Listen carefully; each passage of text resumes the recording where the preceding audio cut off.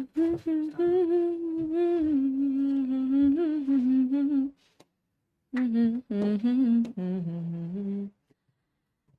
Hello hello, नमस्कार नमस्कार नमस्कार, very good morning good morning good morning good morning everyone, नमस्ते नमस्ते नमस्ते। क्या आपको नजर आ रही है आपकी प्यारी प्यारी जगसीनारी समाप्ति मैम? वेरी गुड इवनिंग, नमस्कार। एक बारी बता दीजिए बेटा, ऑडियो वीडियो क्लियर है क्या? आज तो मेरी क्लास नहीं होनी थी बेटा, बट वो कहते हैं ना, किसी चीज को दिल से चाहो तो पूरी कायनात तुम्हें उससे तुमसे मिलाने की साजिश में लग जाती है। तो बिल्कुल वही वाली बात है। आज क्लास थी नहीं, बट आज क्लास हो गई, क्योंकि क्लास होनी थी ना बेटा, दिल से चाहो, दैट्स व्हाट आई सेड, है ना। रुपेश सर ने तो दी नहीं मेरे को क्लास। तो एनीवे, पर कल भी क्लास होगी, क्योंकि आप लोगों ने कहा है कि कल आप लोगों की क्लास, कल आप लोग का टेस्ट नहीं है, तो मैंने कल भी एक लाइव रखी हुई है, छोटी सी लाइव है, क्योंकि मैंने आपको बोला था ना बेटा, दिवाली वाले टाइम पे मैं अवेलेबल नहीं रहूंगी, तो मैं चाहती हूँ भैया एक और पानी थोड़ा सा दे जाएगा, बिल्कुल हल्का, एकदम हल्का गुनगुना। यस, तो मैं चाह रही थी कि उसको थोड़ा सा मैनेज कर ले, है ना। और वो भगवान अपने आप बेटा, ईश्वर की मर्जी के आगे तो किसी की बेटा मर्जी नहीं है, तो उनके मर्जी के चलते आज की क्लास मिल गई, और कल भी एक क्लास ले लेंगे हम लोग, ठीक है। यस एवरीबॉडी, ठीक है ना। तो शुरू करें बेटा, आज करने वाले हैं हम। हाँ, ओके ओके, धन्यवाद धन्यवाद धन्यवाद। चलो चलो, बहुत सारा, ठीक है। अब बेटा पढ़ते हैं, ठीक है, अब पढ़ाई करते हैं, है ना। यस, तो एक बारी मुझे बताएंगे बेटा, हाउ इज द जोश एनिमल किंगडम स्टार्ट करने के लिए? We are going to start with the animal kingdom, और बहुत ही मजेदार तरीके से बेटा, बहुत ही अच्छा चैप्टर है, अच्छा चैप्टर और अच्छा वेटेज वाला चैप्टर है। आप 2 से 3 सवाल इस चैप्टर में एक्सपेक्ट कर सकते हो। थोड़ा सा ऑर्गेनाइज्ड वे में पढ़ोगे अगर इस चैप्टर को, तो आपको बिल्कुल मौत नहीं आएगी बेटा, बहुत अच्छा आप लोगों को लगेगा। और साथ के साथ बताते हुए चलूंगी क्वेश्चंस किस तरीके से आते हैं। ऑफ कोर्स ये एक ऐसा चैप्टर है जो जितनी बार बेटा लिख लिख कर प्रैक्टिस करो तो उतना स्ट्रांग ये चैप्टर बनेगा। और अगर आप सोचो 2 क्वेश्चन भी आते हैं ना, तो मतलब कि अच्छा वेटेज है, बट बिल्कुल एनसीईआरटी बेस्ड आता है। ज्यादा अपने कंटेंट को फैलाना मत, अगर कंटेंट फैला के पढ़ोगे इधर उधर का ज्ञान लेने के चक्कर में, तो फिर बेटा मुश्किल हो जाएगी, ठीक है। बट एक सिस्टमैटिक वे में अगर इस चैप्टर को पढ़ा जाए, आई प्रॉमिस यू, आपको बिल्कुल बिल्कुल बिल्कुल दुख दर्द और समस्या का मतलब सामना नहीं करना पड़ेगा, ठीक है। शुरू करें। यस एवरीबॉडी, और कल भी एक लेक्चर होगा। कल आई थिंक मैंने लेक्चर लगाया हुआ है 12:30 1 बजे से लगाया हुआ है, टाइमिंग आप लोगों को पता चल जाएगी, तो कल भी लेक्चर अटेंड कर लेना। तो 2 लेक्चर्स अपने जो बेटा मिस होने वाले होंगे ना, 4th 5th और 6th ऑफ अक्टूबर में, नवंबर में, तो उसमें से 2 तो अपन मैनेज कर लेंगे इधर ही, ठीक है ना। और एक मैं सोच रही हूं कि आगे अभी देखती हूं कैसे मैनेज करना है, उसका भी मैंने प्लान नहीं बनाया, उसका जब प्लान बनाएंगे तो करेंगे, ठीक है। यस एवरीबॉडी, चलिए शुरू करते हैं बच्चों। Lecture number 1 of animal kingdom. आज का जो लेक्चर है वो है बेसिस ऑफ क्लासिफिकेशन। मैं हमेशा कहती हूं, एनिमल किंगडम का आज डेट क्या है? वैसे आज डेट है बेटा 19th ऑफ अक्टूबर 2024। मैं हमेशा कहती हूं बेटा कि बेसिस ऑफ क्लासिफिकेशन जो है वो बहुत ज्यादा इंपॉर्टेंट लेक्चर होता है एनिमल किंगडम का, ठीक है ना। So it's a very important lecture of animal kingdom, क्योंकि ये बेसिक्स हैं इस चैप्टर के। जब मैं आगे आपको सारे फाइलम्स पढ़ाऊंगी, तो सारे फाइलम्स में बेटा ये बेसिस ऑफ क्लासिफिकेशन का इस्तेमाल होता है। और आप ये मान के भी चल सकते हो कि बेसिस ऑफ क्लासिफिकेशन से एक सवाल तो 100% फंस ही जाता है। हो सकता है दोनों सवाल बेटा इनडायरेक्टली इस बेसिस ऑफ क्लासिफिकेशन से आए, but along with examples, but एक तो फंसता ही फंसता है इस पर्टिकुलर टॉपिक से। और जितने भी फाइलम्स हम पढ़ेंगे उसमें ये बेसिस ऑफ क्लासिफिकेशन का इस्तेमाल होगा। आगे जब आप धीरे धीरे फाइलम्स को पढ़ोगे तो आप खुद ही समझ जाओगे कि मैं ऐसा क्यों बोल रही हूं, ठीक है ना। So this basis of classification is today's topic. और चैप्टर में जो नॉन कोऑर्डिनेट वाला पार्ट है वो कंपेरेटिवली थोड़ा सा बड़ा है, कोऑर्डिनेट वाला पार्ट है वो कंपेरेटिवली छोटा है, ठीक है ना। बट नॉन कोऑर्डिनेटर वाले पार्ट को भी बेटा अपन देखते हैं अभी कैसे कंप्लीट करेंगे। लेट्स गेट स्टार्टेड बेटा। बहुत सारी बातें मैंने आप लोगों को समझा दी, अब शुरू करते हैं बेटा एनिमल किंगडम। अच्छा, किंगडम विटेकर की तुमने 5 किंगडम क्लासिफिकेशन पढ़ी है ना, पढ़ ली है ना, या अभी पढ़ना बाकी है? 5 किंगडम क्लासिफिकेशन तो तुम पढ़ चुके हो ना, कि नहीं पढ़े हो? मोनेरा, प्रोटिस्टा, हाँ, फंजाई, प्लांटाई, एनिमेलिया, पढ़ा है ये? उसी में एक किंगडम है, किंगडम एनिमेलिया, जहां हम एनिमल्स की डिस्कशन करते हैं। तो हम किंगडम एनिमेलिया के बारे में पढ़ेंगे एनिमल किंगडम में। हेडिंग डालो चैप्टर का नाम बेटा एनिमल किंगडम। बिल्कुल बेसिक से स्टार्ट करेंगे। कोई भी बच्चा जिसने बिल्कुल भी नहीं पढ़ा है बेटा उसको भी समझ में आ जाएगा, बट मैं हमेशा कहती हूं फैलाना नहीं है कंटेंट को, बहुत ज्यादा नहीं इधर उधर करना बेटा, थोड़ा रेलेवेंट भी रखना है और बिल्कुल बेसिक से पढ़ाना है ताकि सबको समझ में आए, ठीक है ना। यस यस डन हो गया है, चलिए पढ़ लिया है मैम, बहुत अच्छी बात है। तो हम एनिमल किंगडम में किंगडम एनिमेलिया की बात करते हैं। जब मैं किंगडम एनिमेलिया की बात करती हूं, बिल्कुल जैसे बच्चों वाला टॉपिक है ना बेटा, जैसे हम पढ़ते हैं एकदम 9th-10th में, उससे अगर हम वहां से अगर शुरुआत करें कि अगर तुम एनिमल्स के बारे में सोचते हो तो एनिमल्स की तुम्हें क्या प्रॉपर्टीज समझ में आती है, क्या प्रॉपर्टीज तुम सोच पाते हो जब तुम एनिमल्स के बारे में सोचते हो। एक सेकेंड देना बेटा युगल,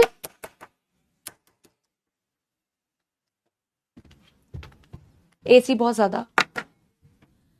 तो जब तुम एनिमल किंगडम में एनिमेलिया की बात करते हो, किंगडम एनिमेलिया, तो कुछ कुछ प्रॉपर्टीज तुम्हें एनिमल्स की क्या समझ में आती है मुझे बताओ, जल्दी से बताओ। यस एवरीवन,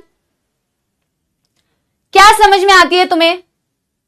यस, हेटेरोट्रॉप्स बोल रहे हैं, मल्टी सेल्यूलर बोल रहे हैं, अच्छा ऑर्गन डेवलपमेंट बोल रहे हो, लोकोमोशन बोल रहे हो, है ना, मूवमेंट बोल रहे हो, मेटाजोअन्स बोल रहे हो, होलोजोइक बोल रहे हो, ठीक है।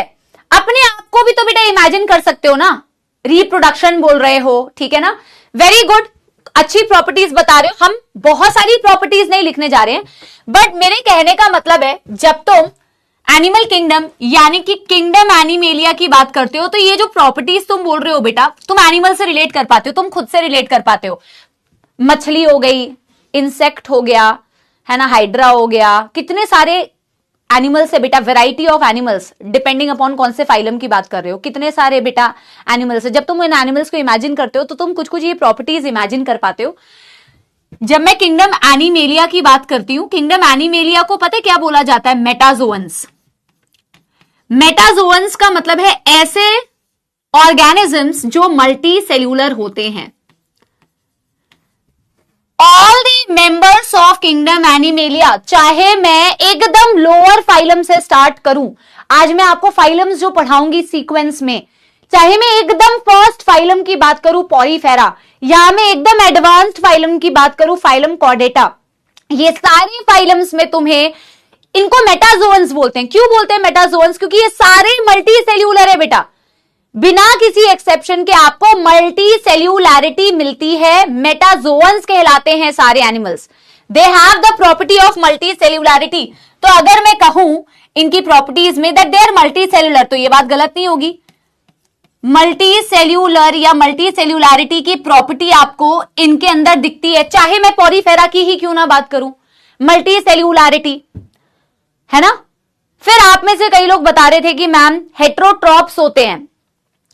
एक हेट्रोट्रॉप्स वर्ड आता है और एक आता है mode of heterotrophs is the type of nutrition, और एक आता है mode of nutrition. Mode of nutrition is holozoic mode of nutrition.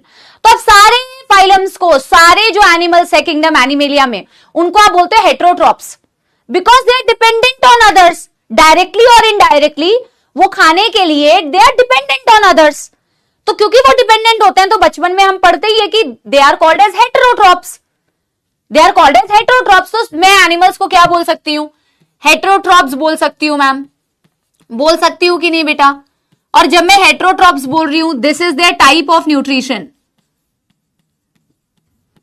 Directly indirectly they are dependent on other. फटाफट से बेटा इनको लिखो, ये बिल्कुल बेसिक्स हैं। हेटेरोट्रॉप्स का मतलब dependent, dependent on others, directly और इनडायरेक्टली, डायरेक्टली और इनडायरेक्टली फॉर फूड।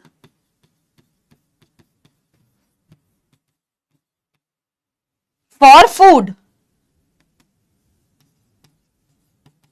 और अगर मैं बात करूं बेटा इनके मोड ऑफ न्यूट्रिशन की, तो ये होते हैं holozoic, holozoic mode of nutrition. मतलब ये पहले खाने को इंजेस्ट करते हैं, मतलब पहले ये खाने को खाते हैं, फिर उसको तोड़ते हैं, फिर उसको डाइजेस्ट करते हैं। तो पहले कंप्लीट फूड इंजेस्ट किया, होलो मतलब कंप्लीट फूड को पहले इंजेस्ट किया, खाया, फिर फूड को डाइजेस्ट किया, उसे होलोजोइक कहते हैं, mode of nutrition, holozoic mode of nutrition. और जब आप होलोजोइक बोलते हो तो मतलब पहले कंप्लीट फूड खाते हैं, इंजेस्ट करते हैं, कंप्लीट फूड को इंजेस्ट करते हैं, देन डाइजेस्ट करते हैं, फिर डाइजेस्ट करते हैं। तो इस प्रकार का जो न्यूट्रिशन होता है, मोड ऑफ न्यूट्रिशन, इसे होलोजोइक मोड ऑफ न्यूट्रिशन कहते हैं।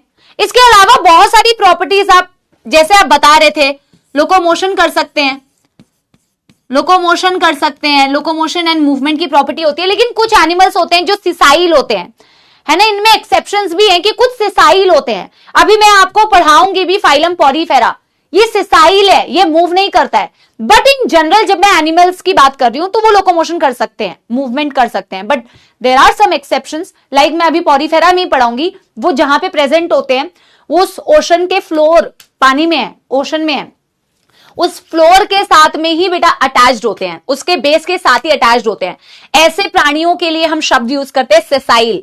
अभी मत लिखना इसे, मैं आगे बताऊंगी। अभी तो हम जनरल पॉइंट्स लिख रहे हैं कि ऐसा ऐसा दिख सकता है, मूवमेंट, लोकोमोशन, आपको बेटा रिप्रोडक्शन दिख सकता है, सारे रिप्रोड्यूस करते हैं। अब वो रिप्रोडक्शन सेक्सुअल है, एसेक्सुअल है, एसेक्सुअल में कौन से टाइप की रिप्रोडक्शन है, ये बाद की बात है। ये कुछ बेटा और भी बहुत प्रॉपर्टीज है, और भी बहुत सारी प्रॉपर्टीज है एनिमल से रिलेटेड, बट ये हम कुछ जनरल प्रॉपर्टीज कह रहे हैं, जिसमें बहुत इंपॉर्टेंट है ऊपर के 3 पॉइंट्स जो मैंने आपको बताए। मल्टी सेल्यूलैरिटी, इसीलिए मेटाजोन्स भी बोलते हैं इन्हें, बिना किसी एक्सेप्शन के।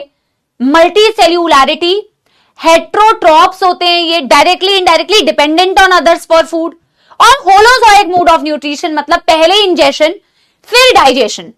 इसके अलावा बेटा आप लिखना चाहो तो 100 प्रॉपर्टीज लिख सकते हो एनिमल्स के बारे में। अब हम बेटा करने जा रहे हैं किंगडम एनिमेलिया। मैं एनिमेलिया किंगडम को डिवाइड करने जा रही हूं। हायरार्की देखते हैं ना बेटा हम, आप देखते हो ना किंगडम डिवाइडेड इनटू सब किंगडम, या फिर फाइलम्स, फिर क्लास, फिर ऑर्डर, इस तरीके की हायरार्की होती है। जैसे हमारी class divided into sections, section divided into further कुछ, तो हमें हायरार्की देखनी है। और ये सीक्वेंस में जो मैं तुम्हें फाइलम्स को बताऊंगी, ये सीक्वेंस याद रखनी है, खास करके जो बच्चा पहली बार पढ़ रहा है।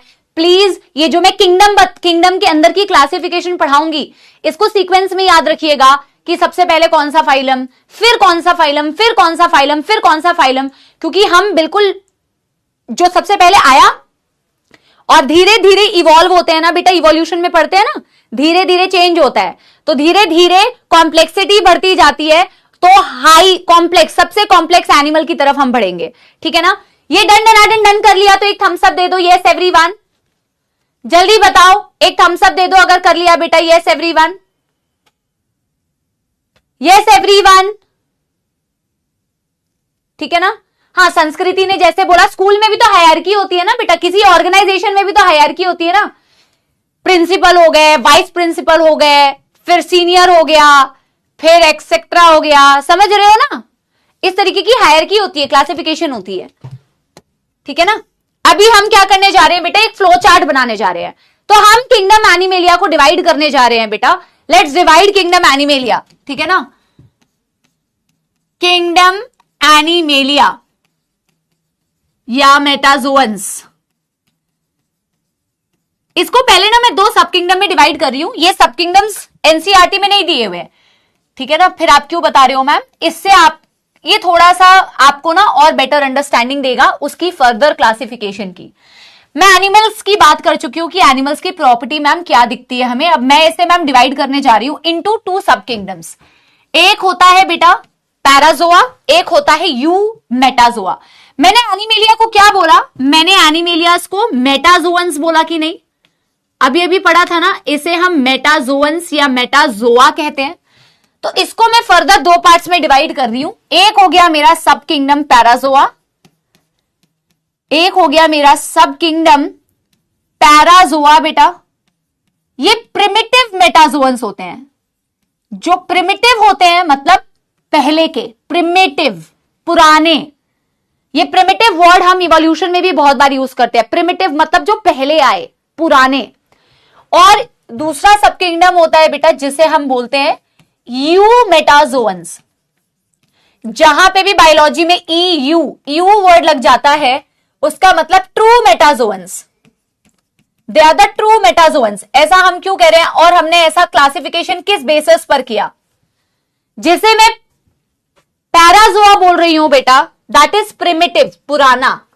These are actually primitive metazoans. इसे मैं कह रही हूं प्रिमिटिव मेटाजोअन्स। जब मैं प्रिमिटिव मेटाजोआ बोल रही हूं ना बेटा, तो आप देखोगे इसके अंदर सिर्फ एक फाइलम आता है और वो एक फाइलम होता है पॉरीफेरा, और वो सच में बड़ा प्रिमिटिव है। उसके अंदर कोई कैरेक्टरिस्टिक्स एडवांस दिए ही नहीं, क्योंकि वो सबसे पहला फाइलम बना ना। जो पैराजोआ है वो प्रिमिटिव है। उसकी बॉडी में आप देखोगे बेटा, अभी लेवल ऑफ ऑर्गेनाइजेशन मैं तुम्हें पढ़ाऊंगी। जब आप किसी भी एनिमल की बॉडी में देखते हो, देखो सारे मल्टी सेल्यूलर है, लेकिन किसी की बॉडी में सेल्स जो है वो सेल्स ही रह गए। किसी की बॉडी के अंदर सेल्स बेटर ऑर्गेनाइज करके टिश्यू बना गए, किसी की बॉडी के अंदर टिश्यू बेटर ऑर्गेनाइज करके ऑर्गन बना गए, और किसी की बॉडी में ऑर्गन और ज्यादा बेटर ऑर्गेनाइज करके ऑर्गन सिस्टम बना गए, जैसे तुम्हें अपने अंदर दिखता है। पूरे सिस्टम्स है, circulatory system, digestive system, respiratory system, reproductive system, excretory system, proper organ systems है। पर सबके साथ ऐसा नहीं था। जब धरती पे इवोल्यूशन में भी तो पढ़ते हो भाई, धीरे धीरे धीरे धीरे अपग्रेडेशन हुई है। पहला सेल आने में कैसा स्ट्रगल हुआ था। इवोल्यूशन में जब आप पढ़ोगे पहला सेल कैसे आया, केमिकल इवोल्यूशन पढ़ते हैं। फ्री एटम्स थे, रिएक्ट करके मॉलिक्यूल्स बना रहे थे, कुछ इनऑर्गेनिक सब्सटेंसेस बने, फिर ऑर्गेनिक सब्सटेंसेस बने, कहीं जाके शायद उन्होंने एग्रीगेट करके पहला सेल बनाया होगा। ऑल्दो ये आज भी अनक्लियर है कि एग्जैक्टली कैसे बना, किसी ने देखा तो था नहीं बेटा। फिर सोचो फिर कैसे यूनिसेल्यूलर से मल्टी सेल्यूलर आए, फिर उसमें कैसे अपग्रेडेशन हुआ। तो जो एक सिंगल आप फाइलम पढ़ते हो किंगडम पैराजोआ के अंदर, सब किंगडम पैराजोआ के अंदर, that is phylum Porifera. All the primitive characters are there and they only have beta cells in their body, multicellularity। लेकिन जब आप यूमेटाजोआ, यू का मतलब है जब आप ट्रू मेटाजोअन्स की बात करते हो, तो ट्रू मेटाजोअन्स में बॉडी के अंदर सेल्स का फर्दर ऑर्गेनाइजेशन हो जाता है। वो टिश्यू बन जाते हैं, टिश्यू से ऑर्गन बन जाता है, ऑर्गन से ऑर्गन सिस्टम बन जाता है। जब इस तरीके की बेटर ऑर्गेनाइजेशन तुम्हें दिखी, तो वो मैंने क्या बोला बेटा, वो यूमेटाजोअन्स में दिखी। समझ गए बेटा? यानी कि मैंने कहा ये प्रिमिटिव मेटाजोअन्स है, इनमें सिर्फ ना सेल्स ही सेल्स दिख रहे हैं, और इसमें एक इकलौता फाइलम। अब फाइलम्स को ध्यान से सुनिएगा, इस सब किंगडम के अंदर मैं लिखने जा रही हूं फाइलम। तो हमारा जो सबसे पहला फाइलम हमें पढ़ना होता है एनिमल किंगडम का, दैट इज फाइलम पॉरीफेरा। इसे प्यार से बेटा स्पॉन्जेस भी कहते हैं। जैसे मैं तुम्हें प्यार से सपोला बुलाती हूं, वैसे ही पॉरीफेरा को प्यार से स्पॉन्जेस भी बुलाया जाता है। The phylum Porifera is the first phylum in the animal kingdom. तुम डायरेक्ट कर सकते हो कि किंगडम एनिमेलिया का पहला फाइलम जो होता है वो होता है किंगडम, वो होता है फाइलम पॉरीफेरा। अब जिन्हें मैं ट्रू मेटाजोअन्स बोल रही हूं ना, पैराजोआ में सिर्फ सेल्यूलर एग्रीगेशन दिखती है, सिर्फ सेल्स। मैं पढ़ाऊंगी ये cellular aggregation, it's a type of body plan. Aggregate करने का मतलब होता है सेल्स ही इकट्ठा है, एग्रीगेशन। इनकी बॉडी में आपको ना सिर्फ सेल्स ही दिखते हैं, बेटर ऑर्गेनाइजेशन नहीं दिखती है। यहां सिर्फ ऐसे cell cell cell cell cell cell cell cellular aggregation ही दिखता है स्पॉन्जेस के अंदर। लेकिन जब आप बेटा बेटर ऑर्गेनाइजेशन की बात करते हो, तो वहां सेल से मिलके टिश्यू बन जाते हैं, टिश्यू से मिलके ऑर्गन बन जाते हैं, ऑर्गन से मिलके ऑर्गन सिस्टम ऑर्गेनिज्म के अंदर है ऑब्वियसली। तो जब मैं बात कर रही हूं यूमेटाजोअन्स की ना, तो यहां ऑर्गेनाइजेशन है। जब मैं बोल रही हूं यहां ऑर्गेनाइजेशन है, मतलब यहां टिश्यूज होते हैं, टिश्यूज से बनता है ऑर्गन, ऑर्गन से बनता है ऑर्गन सिस्टम। और ऐसी ऑर्गेनाइजेशन जब आपको दिखती है, तो एक्चुअल में इन्हें आप ट्रू मेटाजोअन्स कहते हैं। अब इनके फाइलम्स को जरा बेटा सीक्वेंस में पढ़ो, और कृपया करके लेक्चर जब आप देख रहे हो तो स्क्रीन के पीछे से फाइलम्स को बार बार बोलो। This chapter is all about how much you can बेटा मेमोराइज। अभी तक कितनी कंसेप्चुअल चीजें पढ़ी, यहां पे भी कुछ कुछ हो सकता है, बट मोस्टली यहां पे कितना डेटा तुम्हारे दिमाग के अंदर बेटा तुम रिटेन कर सकते हो, जितना रिटेन कर पाओगे ये चैप्टर तुम्हारा उतना स्ट्रांग बनेगा। और उसके लिए एक तो लिख लिख के प्रैक्टिस करनी है, ऊपर से इन चीजों को बार बार दोहराओ, बार बार बोलो जब मैम बोल रही है ना। तो यहां पे मैं फाइलम से शुरू करने वाली हूं। यहां सबसे पहला फाइलम मैंने लिख दिया, तो मैंने यहां नंबर 1 डाल रही हूं फाइलम, और यहां पे मैं नंबर 1 डालने की जगह नंबर 2 डाल रही हूं। यहां जो पहला फाइलम है बेटा, दैट फाइलम इज सीलेंट्रेटा। कॉलेंट्रेटा नहीं है, सीलेंट्रेटा। इसको बेटा और क्या बोलते हैं, नीडेरिया। सी साइलेंट है, नीडेरिया या फाइलम सीलेंट्रेटा, सीलेंट्रेटा या नीडेरिया। ठीक है। नंबर 3 अगला फाइलम, फाइलम टीनोफोरा। कटीनोफोरा नहीं है, टीनोफोरा, इसका दूसरा नाम नहीं है, फाइलम टीनोफोरा। ठीक है ना। Number 4 phylum, number 4 phylum platyhelminthes. Platyhelminthes. वैसे तो बेटा इन फाइलम्स को हम डिटेल में पढ़ेंगे, पर जैसे सीलेंट्रेटा में तुमने हाइड्रा सुना हुआ होगा, मोस्ट ऑफ द बच्चों ने शायद सुना हुआ हो। सीलेंट्रेटा में हाइड्रा का नाम हम बड़े कॉमनली सुनते हैं। टीनोफोरा में एनिमल्स होते हैं जिनमें लाइट एमिशन की प्रॉपर्टी होती है, बायोल्यूमिनेसेंस की प्रॉपर्टी होती है। प्लैटीहेल्मिन्थिस में तुमने सुना होगा टीनिया, टेपवर्म, फ्लैट वर्म्स होते हैं, इनकी बॉडी डॉर्सोवेंट्रली फ्लैटेंड होती है इनके नाम के अनुसार। ठीक है ना। नंबर 5 ये बड़ा ही खास फाइलम है, इसका नाम होता है एश्केहेल्मिन्थिस। एश्केहेल्मिन्थिस। और भी बड़े सारे नाम है बेटा, नीमैटोडा। नीमैटोडा का जिक्र आगे बायोटेक्नोलॉजी में भी होगा। आरएनए इंटरफेरेंस, जीन साइलेंसिंग जब मैं पढ़ाऊंगी आपको, वहां नीमैटोडा या इसे एश्केहेल्मिन्थिस या नीमैटहेल्मिन्थिस भी बोलते हैं। नीमैटहेल्मिन्थिस, मल्टीपल नाम हेल्मिन्थिस। फिर कौन सा फाइलम आया बेटा सीक्वेंस में, नंबर 6 फाइलम एश्केहेल्मिन्थिस के बाद आया एनेलिड्स या एनेलिडा। एनेलिडा में कौन आता है, हमारा प्यारा प्यारा जग से न्यारा अर्थवर्म। अर्थवर्म को बहुत सारे पता नहीं, करना तो नहीं चाहिए ऐसा बहुत बड़ा ब्लंडर, बट कर देते हैं, उसे प्लैटीहेल्मिन्थिस मान लेते हैं, but they are not platyhelminthes, they are annelids. वो उनमें रिंग्स होते हैं बॉडी में, एन्यूल्स। उनकी बॉडी को कभी पास से, कभी बचपन में तो पकड़ा ही होगा बेटा, मिट्टी में, गार्डन में। हाँ, तो उसकी बॉडी अगर देखोगे तो ऐसे रिंग रिंग रिंग रिंग होती है बॉडी में, एन्यूल्स होते हैं, जिससे उनका नाम आया एनेलिडा। यार ये तो तुम सारे बेटा अब तो बहुत अच्छी तरीके से भली भांति परिचित हो आर्थ्रोपोड से, जो बेटा अभी तुम्हारे आसपास भी हो सकता है घूम रहा हो। आर्थ्रोपोड, कॉकरोच, बड़े सारे एग्जाम्पल है आर्थ्रोपोडा के, तो जहां देखो आर्थ्रोपोडा ही नजर आएगा तुम्हें। यहां सामने बेटा गार्डन में बैठे हो, तितली नजर आ गई है ना, स्कॉर्पियन नजर आ गया, स्पाइडर नजर आ गया, तुम्हारा कॉकरोच नजर आ गया, मच्छर नजर आ गया, तो ये सारे बेटा क्या है, आर्थ्रोपोड्स ही हैं, हर जगह है। ये इसको पढ़ाते वक्त बताते भी हैं कि भैया हर जगह है आर्थ्रोपोड्स या आर्थ्रोपोडा।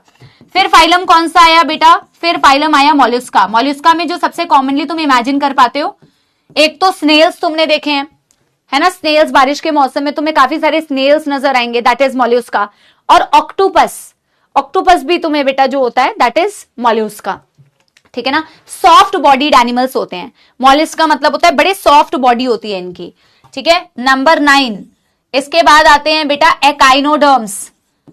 वैसे मैं ये इसीलिए बता रही हूं ताकि तुम थोड़ा सा इमेजिन कर पाओ कि इसमें कौन कौन आया, लेकिन वैसे तो हम डिटेल में पढ़ेंगे भी। एकाइनो जैसे मॉल्युस्का में हो गई सॉफ्ट बॉडी, सॉफ्ट बॉडी, वैसे ही बेटा एकाइनोडर्म में होती है spiny body, spiny skinned animal.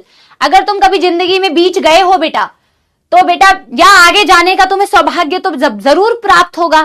तो ये स्टारफिश दिखती है, स्टारफिश, तो स्टारफिश जो होती है दैट इज एकाइनोडर्म। ठीक है ना।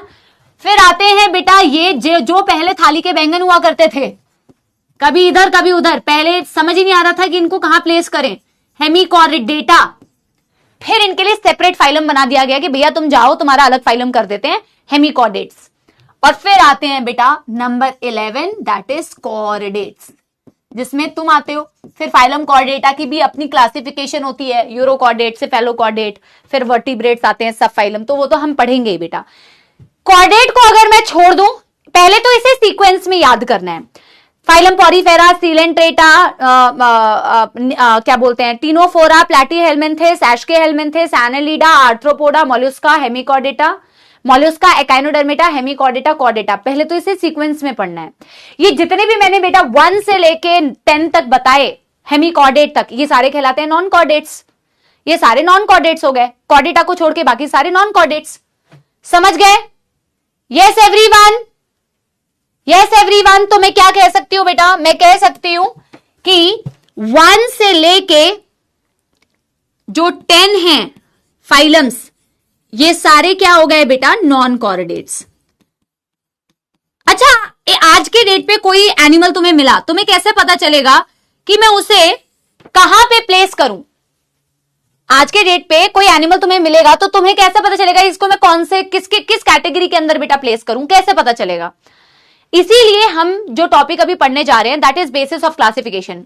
इन spite of having so many similar things, तुम पॉरीफेरा उठाओ, तुम सिलेंट्रेटा उठाओ, तुम बेटा नीडेरिया उठाओ, तुम प्लैटीहेलमिन्थेस उठाओ, तुम कॉर्डेटा उठाओ, सब में काफी सारी सिमिलैरिटीज दिख रही है, but yet there are differences.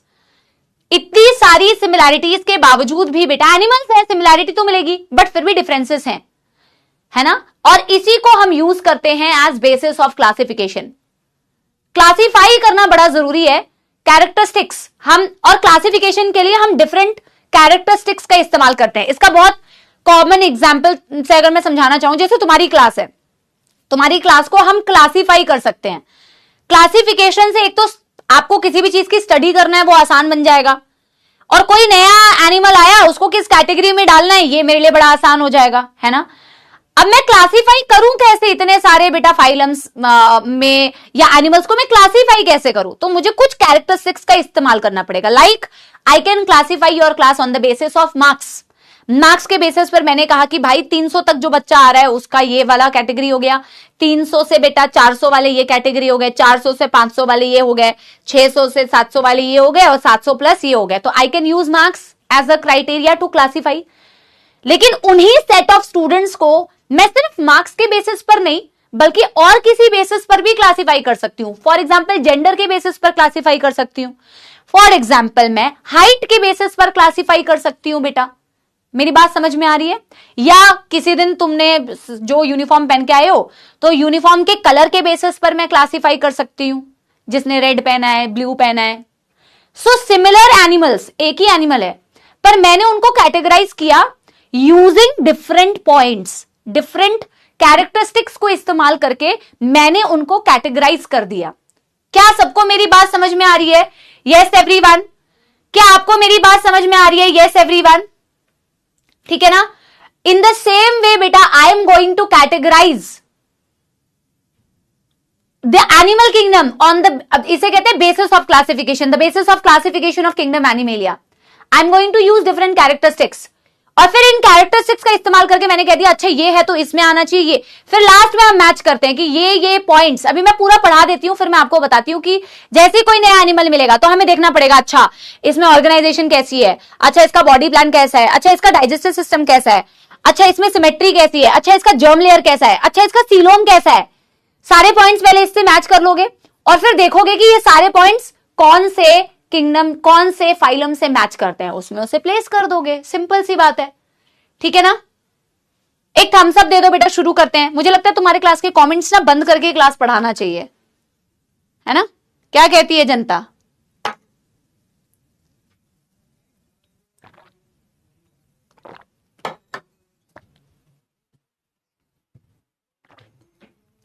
देखो हेमिकॉर्डेटा, एक बच्चा पूछ रहा है ma'am Hemichordata is non chordate.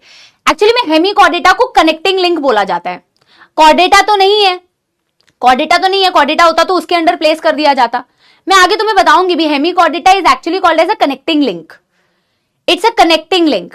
NCERT में देख लेंगे, अगर एनसीईआरटी ने कुछ अलग तरीके से दिया है तो एनसीईआरटी वाला फॉलो कर लेंगे, लेकिन वैसे तुम इवोल्यूशन में भी पढ़ते हो कि Hemichordata is a connecting link between non chordates and chordates, ठीक है ना? और पहले तो हेमिकॉर्डेटा को कॉर्डेटा में प्लेस कर रहे थे, फिर पता चला कि नहीं यार ये कॉर्डेटा नहीं है, इसका एक सेपरेट सब फाइलम बना देते हैं।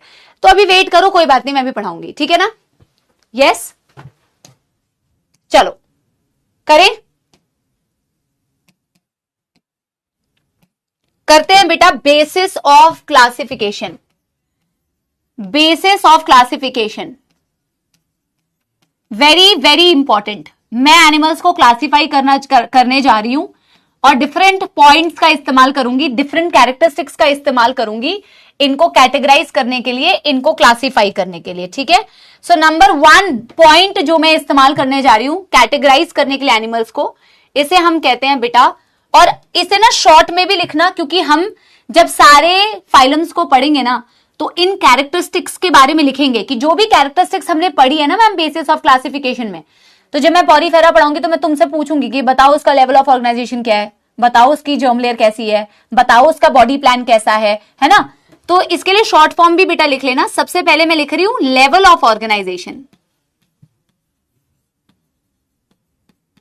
ऑर्गेनाइजेशन कैसा है उनकी बॉडी के अंदर, क्या सेल्स टिश्यू में ऑर्गेनाइज हो गई है, क्या टिश्यू फर्दर ऑर्गन में ऑर्गेनाइज हो गई है, क्या ऑर्गन सिस्टम बना रही है, this is called as level of organisation.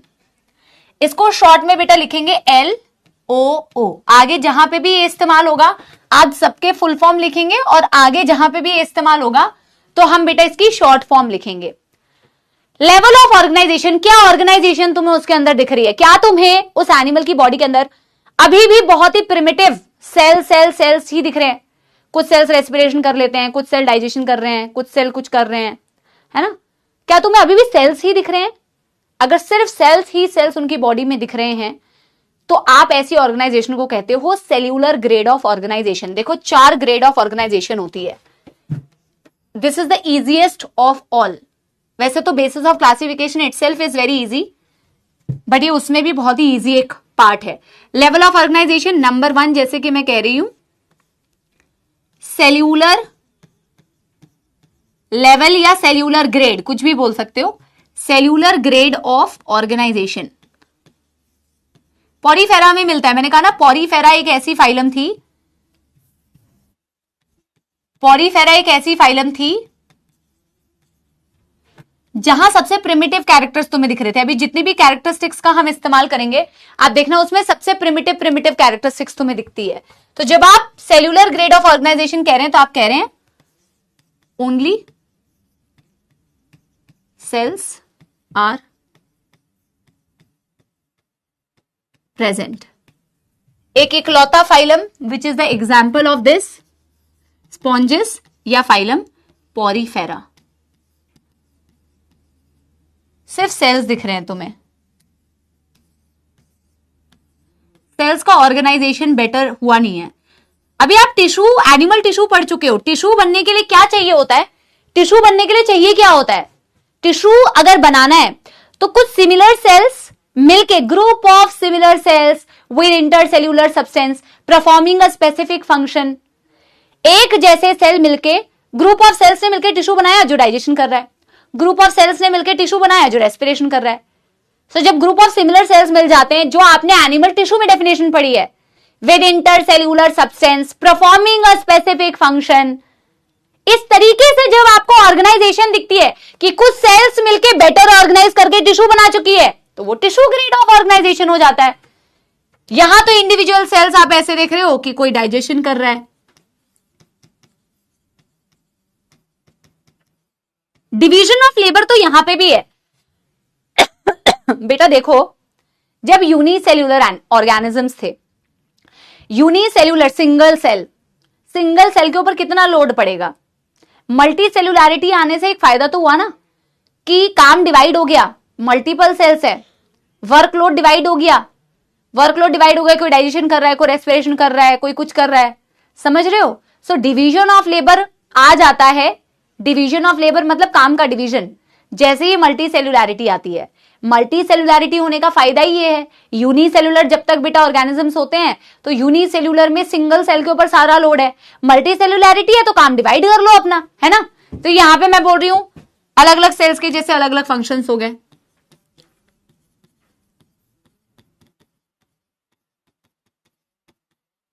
Better organise अभी हुए नहीं है, लेकिन जैसे ही मैं बोलती हूं बेटा टिश्यू ग्रेड ऑफ ऑर्गेनाइजेशन या टिश्यू लेवल ऑफ ऑर्गेनाइजेशन, एक ही बात है, टिश्यू ग्रेड ऑफ ऑर्गेनाइजेशन, तो तुम कह रहे हो बेटा सेल्स बेटर ऑर्गेनाइज करके क्या बना दी, group of similar cells forms tissue. Tissue सबसे इंपॉर्टेंट पता है इनमें क्या है, डेफिनेशन तो बच्चे को आती है। सबसे इंपॉर्टेंट एनिमल किंगडम में होते हैं एग्जाम्पल्स। सबसे इंपॉर्टेंट एनिमल किंगडम में होते हैं एग्जाम्पल। एग्जाम्पल बेस्ड क्वेश्चन आता है बेटा। इसके एग्जाम्पल हो गए सीलेंट्रेटा एंड टीनोफोरा। बेटा आप अक्सर देखोगे ये दोनों बहनें साथ रहती है।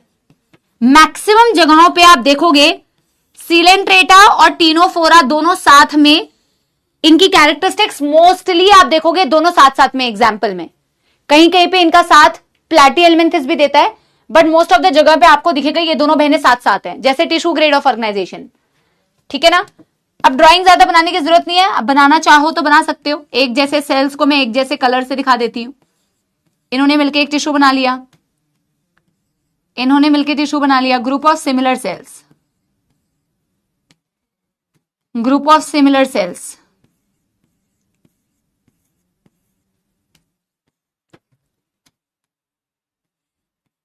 टिश्यू बन गए। ठीक है ना। अब मैं कह रही हूं organ grade of organisation. Of course tissue से मिलके क्या बन गए बेटा, ऑर्गन बन गए। इसमें एनसीईआरटी में अगर आप देखोगे ऑर्गन ग्रेड ऑफ ऑर्गेनाइजेशन, एक पीछे टेबल बनाई हुई है, वहां टेबल में ना, अब देखते हैं अपडेटेड एनसीईआरटी में क्या है। एक बार अपडेटेड एनसीईआरटी में मैं चेक कर लूंगी 2024 वाली टेबल में ना।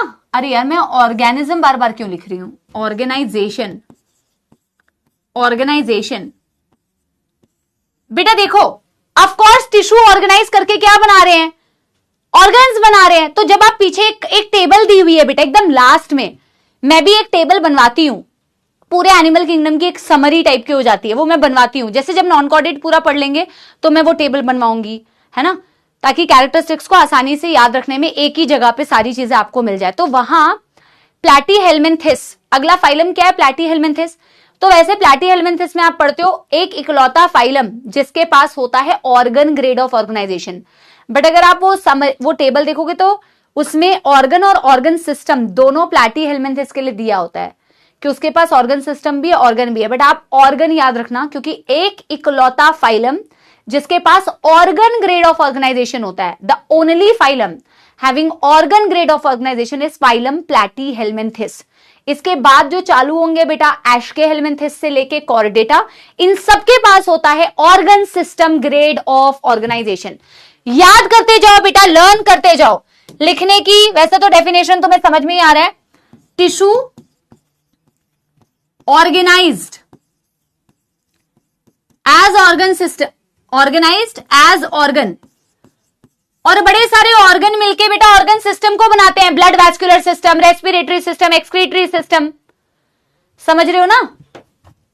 Tissue organised as organ, the only phylum that you are going to read here is phylum Platyhelminthes.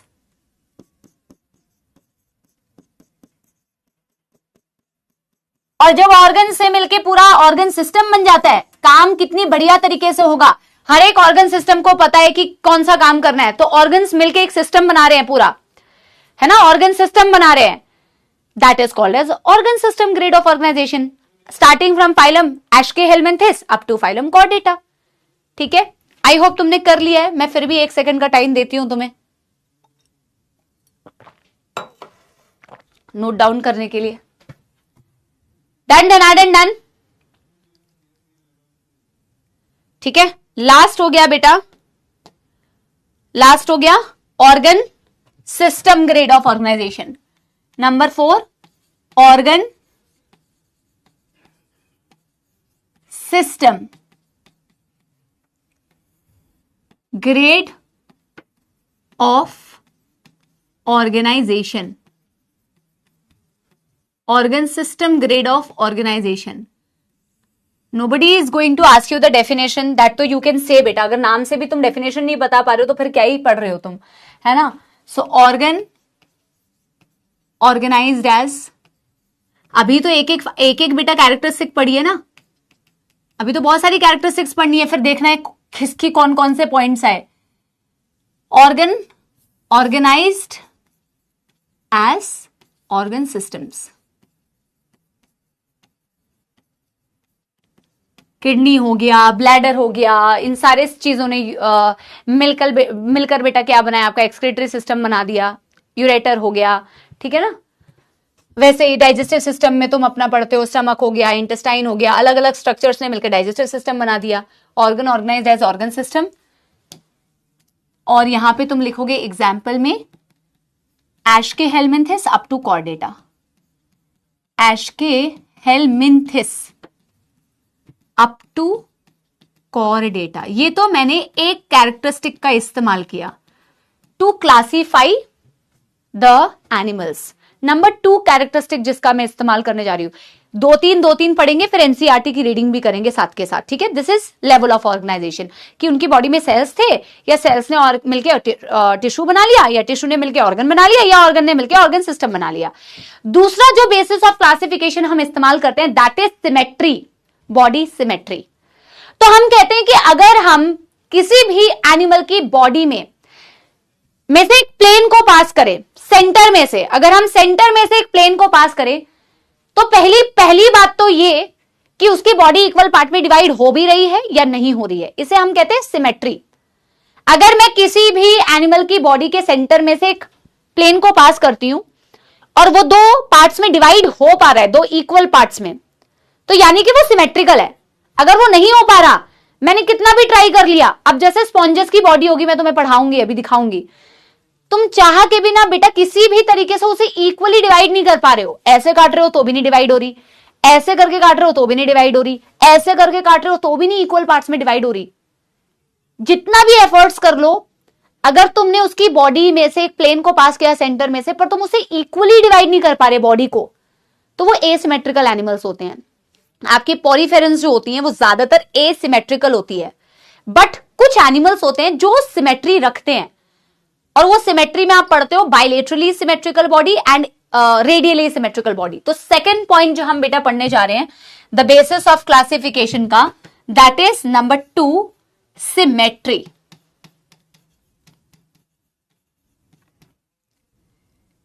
Symmetry, अब इसमें ना मैं डायरेक्टली ऐसे लिख देती हूं बेटा, बिना कोई फालतू की बेटा एक्स्ट्रा कहानी लिखे। नंबर 1 में कह रही हूं जो मैंने तुम्हें अभी बता दिया, एसिमेट्रिकल होते हैं कुछ एनिमल्स। जैसे कि मैंने कहा बेटा पॉरीफेरा में तो सारे वैसे ही कैरेक्टर्स तुम्हें दिख रहे हैं। एसिमेट्रिकल हम लिखते हैं एनी प्लेन, एनसीईआरटी का डायग्राम दिखाऊंगी अभी, any plane passing through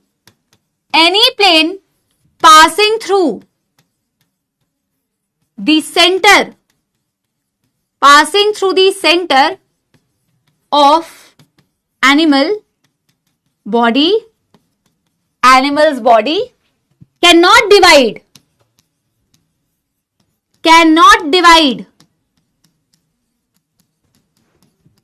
it into equal halves। Equal part में डिवाइड कर रहा है, वो भी सेंटर से जो प्लेन पास हो रही है उसकी मदद से, इनटू इक्वल हाफ्स। अब जैसे एक डायग्राम के तौर पे मैं एक पॉरीफेरा, क्योंकि मोस्टली पॉरीफेरेंस, ज्यादातर पॉरीफेरेंस बेटा, एक्सेप्शंस तुम्हें नहीं पढ़ने हैं, मोस्टली पॉरीफेरेंस, मोस्टली स्पॉन्जेस जो होती है वो आपकी एसिमेट्रिकल होती है। एक स्पॉन्ज बनाया हुआ है एनसीईआरटी में, स्पॉन्जिला, अगर तुम उसके डायग्राम को देखो तो कुछ ऐसे ऐसे बॉडी बनाया हुआ है बेटा, देखना।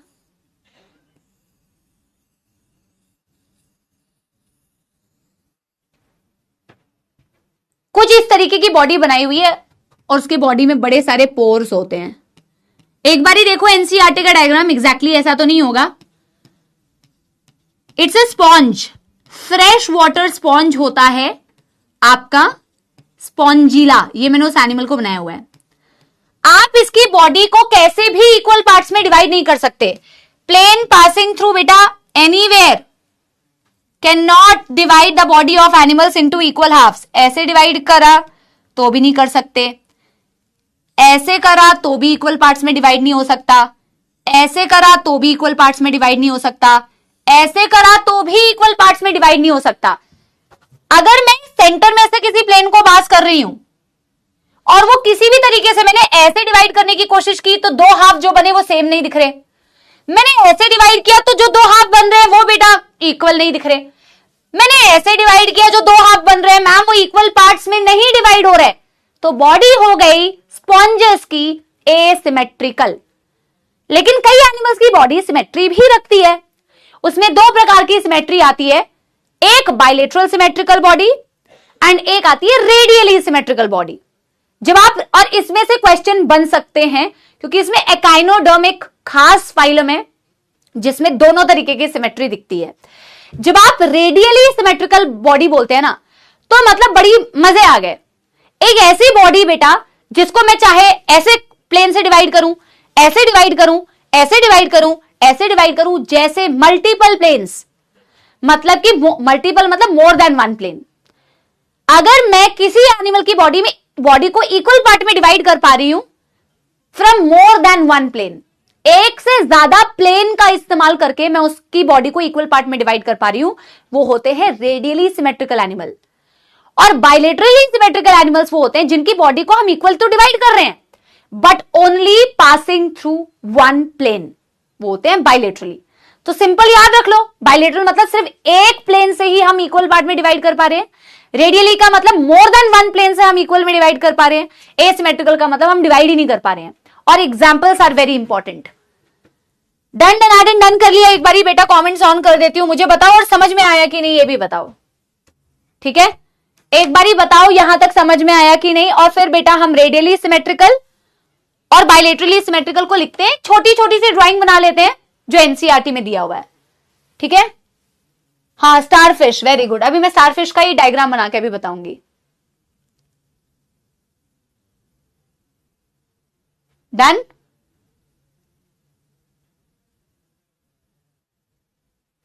लिख भी लिया है?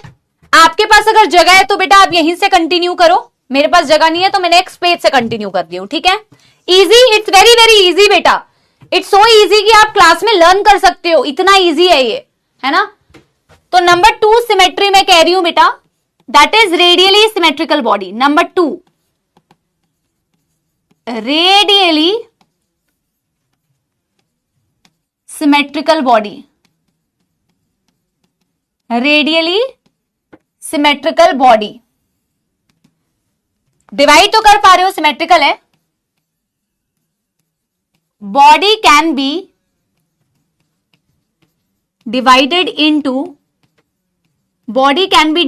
into equal halves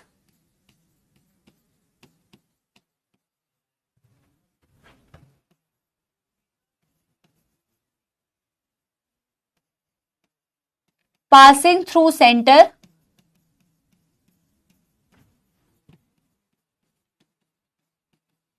from more than one plane। Example very very important, इसकी डेफिनेशन भी इंपॉर्टेंट है, इसकी डेफिनेशन भी इंपॉर्टेंट है बेटा, और इसके एग्जाम्पल उससे भी ज्यादा इंपॉर्टेंट है।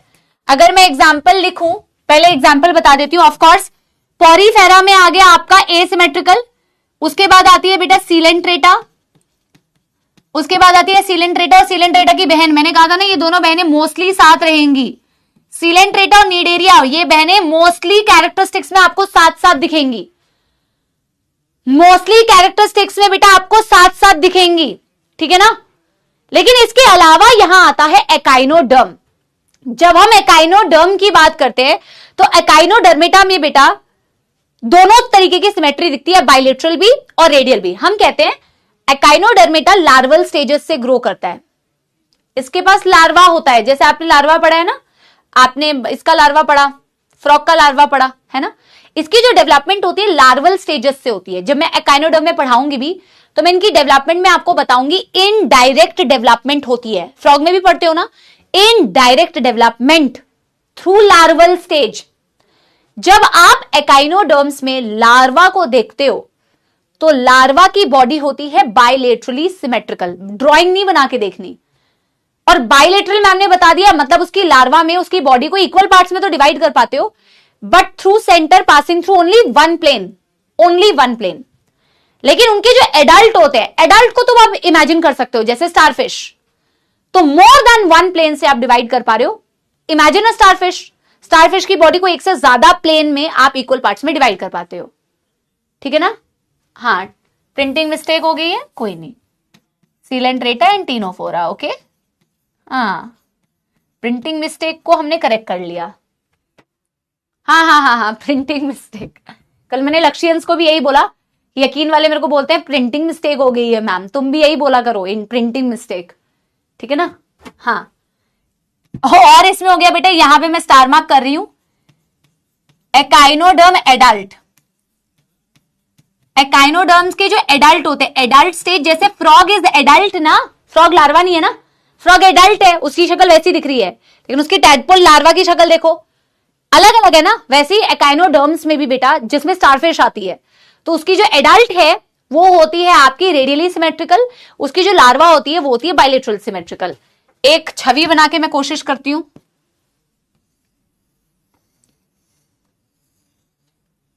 ओ माय गॉड्स, ये कैसा स्टारफिश बना, सही बना, spiny skinned animal.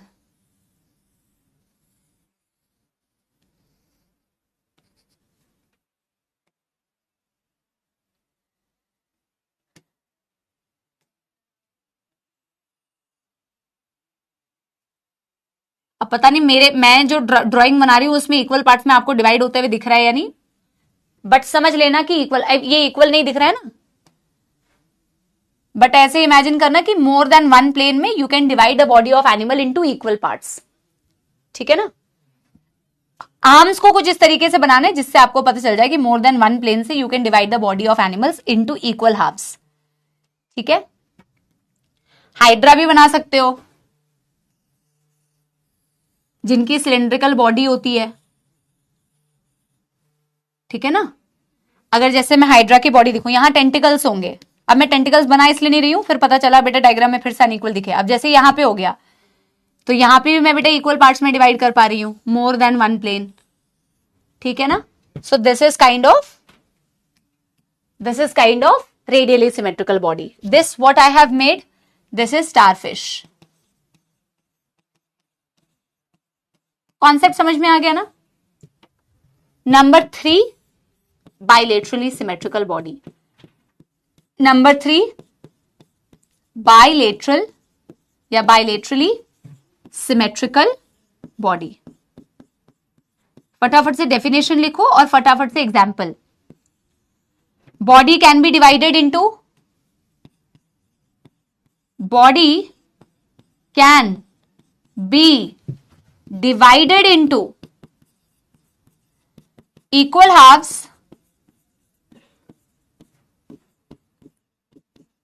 passing through only one plane, passing through only one plane, only one plane। समझ में आ गई बेटा बात। सबसे इंपॉर्टेंट आपको याद रखने हैं इसके एग्जाम्पल, जैसे यहां सीलेंट्रेटा, टीनोफोरा, एकाइनोडर्मेटा की एडल्ट। ऑफ कोर्स टीनोफोरा के बाद बेटा कौन आए, प्लैटीहेलमिन्थेस, यानी कि यहां प्लैटीहेलमिन्थेस से शुरू होगा, आप लिखेंगे यहां प्लैटीहेलमिन्थेस से शुरू होगा बेटा, आप लिखेंगे अप टू कॉरिडेटा लिखेंगे बेटा, और यहां पे ब्रैकेट में ये भी लिख लेंगे। अरे भाई ये क्या हो रहा है, अरे यार, यहां पे ब्रैकेट में लिखेंगे एकाइनोडर्म का लार्वा।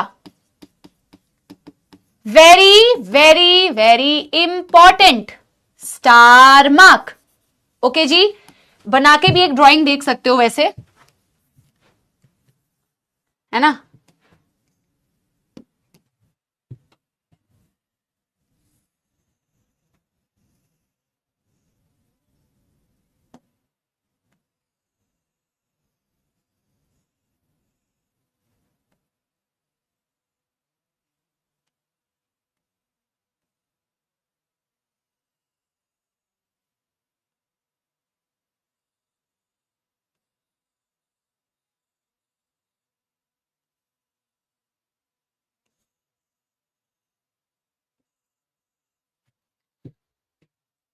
मछली जल की रानी को मैंने बहुत ही बेरहमी से बनाया है, इक्वल पार्ट्स में डिवाइड किया ओनली थ्रू वन प्लेन। कौन सी मछली लग रही है ये? ठीक है, fish is a vertebrate, it is a chordate. ठीक है, done done done done, easy easy. तो एक थम्स अप दे दो भैया, इतने सुंदर सुंदर ड्राइंग बिना बनाए भी हो सकता था, पर मैं 2 मिनट लेके बेटा तुम्हें ड्राइंग बना के बता रही हूं। बचपन में मैं चूहा कैसे बनाती थी, पता नहीं तुम में से कितने लोगों ने ये बनाया है। तो हम ऐसे बनाते थे, बहुत ही बेटा बेकार है, बट फिर भी मैं तुम्हें बता रही हूं बेमतलब का।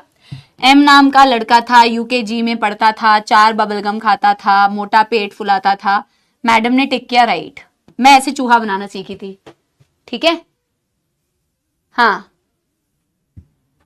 चलो,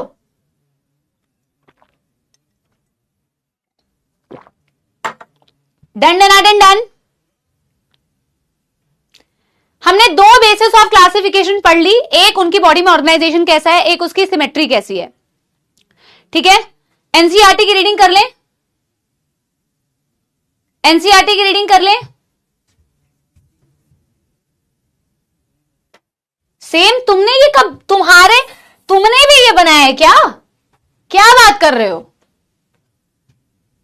you are not 90s kid. चलो एनसीईआरटी की रीडिंग करें थोड़ी सी बेटा जी, काफी सारी बातें पर सुंदर नोट्स बने हैं भाई, कुछ भी कह लो। हाँ चलो, बेसिस ऑफ क्लासिफिकेशन, पहले एनसीईआरटी की थोड़ी सी रीडिंग करते हैं ताकि एक साथ बहुत सारा एनसीईआरटी ना पढ़ना पड़े और एक साथ बहुत सारी मौत हमें ना आए। एनसीईआरटी खोलिए, द मोस्ट इंपॉर्टेंट किताब in your life is zoology made easy, but उसके बाद एनसीईआरटी इज वेरी इंपॉर्टेंट बेटा, एनसीईआरटी की रीडिंग करते हैं। ठीक है, चलिए देखो, in spite of differences in structure form of different animals, there are fundamental features common to various individuals in relation to the arrangement of cells, body symmetry, nature of coelom, patterns of digestive, circulatory, reproductive system। जो मैंने बोला उसको उल्टी तरीके से लिखा हुआ है। बोला कि डिफरेंसेस तो बहुत सारे हैं, जैसे मैंने बोला था सिमिलैरिटीज बहुत सारी हैं। हाँ सिमिलैरिटीज तो है, ये भी बताया हुआ है।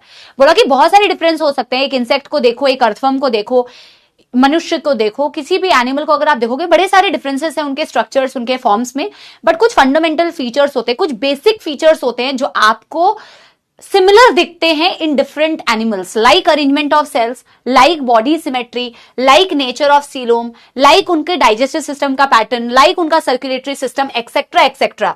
And these features are used as basis of classification and some of them are discuss later. जो फंडामेंटल फीचर्स आपको सेम दिखते हैं, like the arrangement of cells, like the type of coelom, like the symmetry, जो basic आपको सब में similar type का दिखता है, सेम नहीं है, बट एनिमल्स में कुछ फंडामेंटल फीचर्स जो सब में दिखते हैं उनको हम यूज कर सकते हैं एज बेसिस ऑफ क्लासिफिकेशन। जैसे बेटा लेवल ऑफ ऑर्गेनाइजेशन, ठीक है ना, लेवल ऑफ ऑर्गेनाइजेशन में दो all members of animalia are multi cellular, all members of animalia are multi cellular, सारे मेंबर्स एनिमेलिया के किंगडम एनिमल किंगडम के या एनिमेलिया के मल्टी सेल्यूलर होते हैं। All of them do not exhibit the same pattern of organisation of cells, but सब में sales का ऑर्गेनाइजेशन का जो पैटर्न होता है वो सेम नहीं होता, जबकि सब मल्टी सेल्यूलर है। बेटा एनसीईआरटी की रीडिंग ध्यान से करो प्लीज प्लीज, विनम्र निवेदन है मेरा क्या है बेटा, मैं तो स्किप करके भी चली जाऊंगी। क्यों करते हो अपने साथ इतना अन्याय, मत करो यार। क्या कहा था मैंने, लास्ट ड्रॉप है तुम्हारा, फिर बेटा तुम यही करते रह जाओगे। हाँ फॉर एग्जाम्पल, और गुस्सा तो बेटा मैं कतई ना करने वाली, क्यों करूं मैं गुस्सा, एनिमल किंगडम पढ़ा रही हूं, इससे अच्छी बात और क्या हो सकती है। ठीक है, फॉर एग्जाम्पल इन स्पॉन्जेस यानी कि porifera, cells are arranged as loose aggregates, they exhibits cellular level of organization. अभी मैं तुम्हें एक बॉडी प्लान बताऊंगी। बॉडी प्लान शब्द एनसीईआरटी में दिया नहीं हुआ है, बट बॉडी प्लान का इस्तेमाल करके आप एनिमल्स के अंदर डाइजेस्टिव सिस्टम बता पाते हो कि कंप्लीट है कि इनकम्प्लीट है, जैसा उनका बॉडी प्लान होता है। ठीक है, देखो, some division of labour occurs among the cells, जैसे कि मैंने बोला सेल्स के बीच में आपस में डिवीजन ऑफ लेबर हो जाता है। यूनिसेलुलर था तो डिवीजन ऑफ लेबर की कहानी नहीं है, बट जब मल्टी सेलुलैरिटी होती है तो काम डिवाइड किया जा सकता है, और जब भी काम डिवाइड हो जाता है तो एफिशिएंसी बढ़ जाती है, right. In coelenterate arrangement of cell is more complex, उससे ज्यादा कॉम्प्लेक्स है। Here the cells performing the same functions are arranged into tissues, group of similar cells performing a specific function is called as बेटा tissue. इनके पास tissue grade of organization है। यहां इन्होंने इसकी बहन का नाम नहीं लिखा है टिनोफोरा, बट वो होती है, वो लास्ट में दिया भी हुआ है बेटा एनसीईआरटी ने।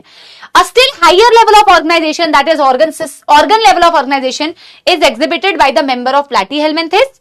प्लैटीहेल्मिन्थेस में ऑर्गन लेवल ऑफ ऑर्गेनाइजेशन आ गया।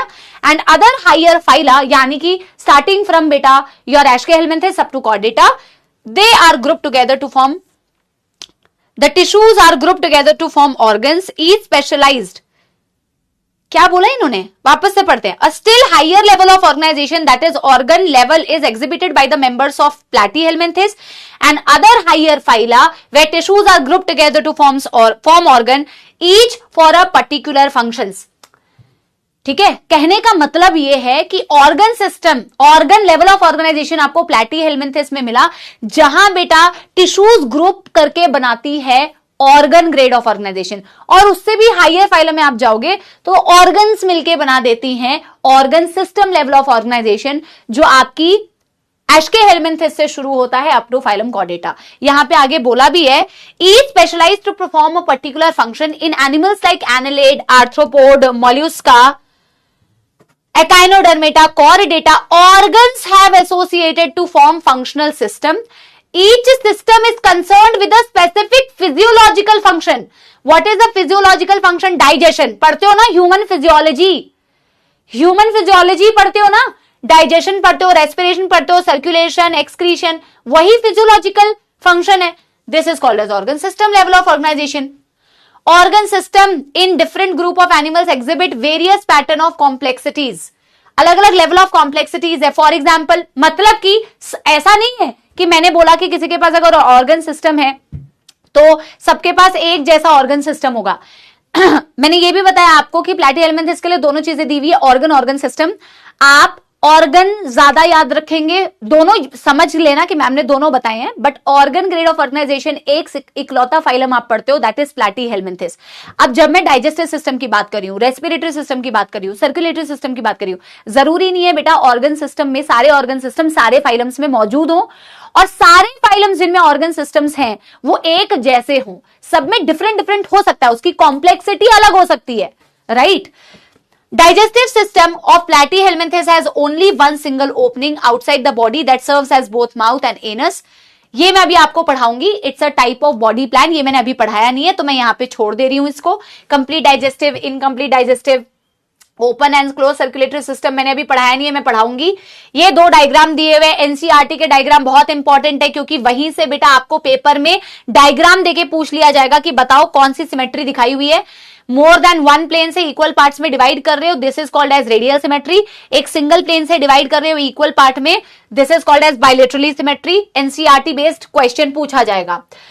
सिमेट्री में क्या बोला है, animals can be categorized on the basis of symmetry. Sponges are mostly asymmetrical, mostly इसीलिए बोला है क्योंकि एक्सेप्शंस होते हैं, but you don't have to write exceptions बेटा।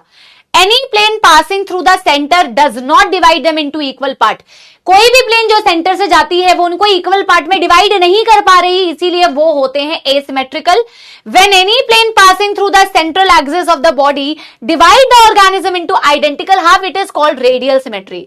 When any plane passing through मतलब कि more than one plane, आप यहां से भी डिवाइड कर रहे हैं, आप यहां से भी डिवाइड कर रहे हैं, आप यहां से भी डिवाइड कर रहे हैं, any plane passing through the, इसमें भी बेटा कैटेगरीज आती है, बाई रेडियल सिमेट्री, है ना। आप उतनी डिटेल में नहीं जा रहे हैं। मोर देन वन प्लेन हो गया, इक्वल पार्ट्स में डिवाइड कर रहे हैं, radial symmetry. Ctenophora, coelenterata, ctenophora and echinoderm, यहां एनसीईआरटी में लिख लो एकाइनोडर्म एडल्ट, खुद की एनसीईआरटी में यहां लिख लो, have this kind of body plan. Animals like annelid, arthropods etcetera लिख दिया है, आपको पता है कौन कौन, स्टार्टिंग फ्रॉम बेटा your platyhelminthes up to chordata. Echinoderm में larva, where the body can be divided into identical left and right half only via one plane, they exhibit bilateral symmetry. एक बेटा अप टू कॉर्डेटा का मतलब क्या होता है मानसी? वैसे तो तेरे को इस बात के लिए अगर तू सामने होती है तो तेरे को बहुत जोर से डांट लगती बेटा। क्या ही पढ़ाई कर रहे हो बेटा? अप टू कॉर्डेटा का मतलब पूछ रहे हो? कॉर्डेटा तक जितने भी फाइलम्स है, अब सारा थोड़ी लिखेंगे बेटा, आर्थ्रोपोडा, एनालिडा, मोल्युस्का, फलाना ढिमकाना तिमकाना, अप टू कॉर्डेटा, कॉर्डेटा तक। एक थम्स अप दे दो। जर्म लेयर स्टार्ट करते हैं। Number 3 basis of classification. Germ layer पर बेस्ड होता है उनकी बॉडी का सीलोम, ठीक है ना, जर्म लेयर पर डिपेंड करता है। तो थर्ड चीज जो हम इस्तेमाल कर रहे हैं that is germ layer. The third basis of classification is germ layer, ठीक है।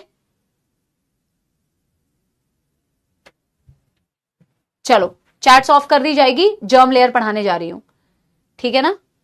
चलो थर्ड, जर्म लेयर बहुत जरूरी है। जर्म लेयर से क्वेश्चन भी आएंगे। जर्म लेयर से अगला जो पॉइंट है वो इसी से रिलेटेड होता है। जर्म लेयर पर आगे जाके डिपेंड करेगा कि सीलोम बनेगी या नहीं बनेगी, किस टाइप की बनेगी। We are going to talk about germ layer. Germ से समझ में आ रहा है पैदा होने वाला है germ cells, germ layer which will give rise to different tissues, different organs, that is called as बेटा germ layer। हम कहते हैं, हम एम्ब्रियोनिक स्टेज पढ़ते भी तो हैं। कैसे आप पढ़ते हो बेटा? ह्यूमन रिप्रोडक्शन में पढ़ेंगे ना हम। एक स्पर्म होता है, एक ओवा होता है, दोनों फ्यूज कर जाते हैं, जाइगोट बन जाता है। जाइगोट डिवाइड करती है 2 cell stage, 4 cell stage, 8 cell stage, 16 cell stage, morula, blastula, gastrula, ऐसी स्टेजेस एनसीईआरटी में बहुत ज्यादा तो नहीं दी हुई है बेटा। आपने कितनी पढ़ी है मुझे नहीं पता, बट एनसीईआरटी में बहुत ज्यादा वर्णन नहीं है। ब्लास्टूला के बारे में बताया हुआ है, गैस्ट्रूला के बारे में बताया कि ये एक ऐसी स्टेज होती है। अच्छा, जिनको नहीं पता है थोड़ा सा मैं उन लोगों को ये बेसिक्स एक बार और बता देती हूँ कि आपके पास एक स्पर्म है, फिर हम जर्म लेयर पे आएंगे। आप चाहो तो इसे बिल्कुल नोट कर सकते हो यार, 100% नोट कर सकते हो। हमारे पास स्पर्म होती है, स्पर्म के साथ बेटा ओवा फ्यूज करती है। मैंने स्पर्म को ओवा के कंपैरिजन में कुछ ज्यादा ही बड़ा बना दिया है ना, इसकी पूंछ भी कुछ ज्यादा ही बड़ा बना दिया है मैंने, स्पर्म।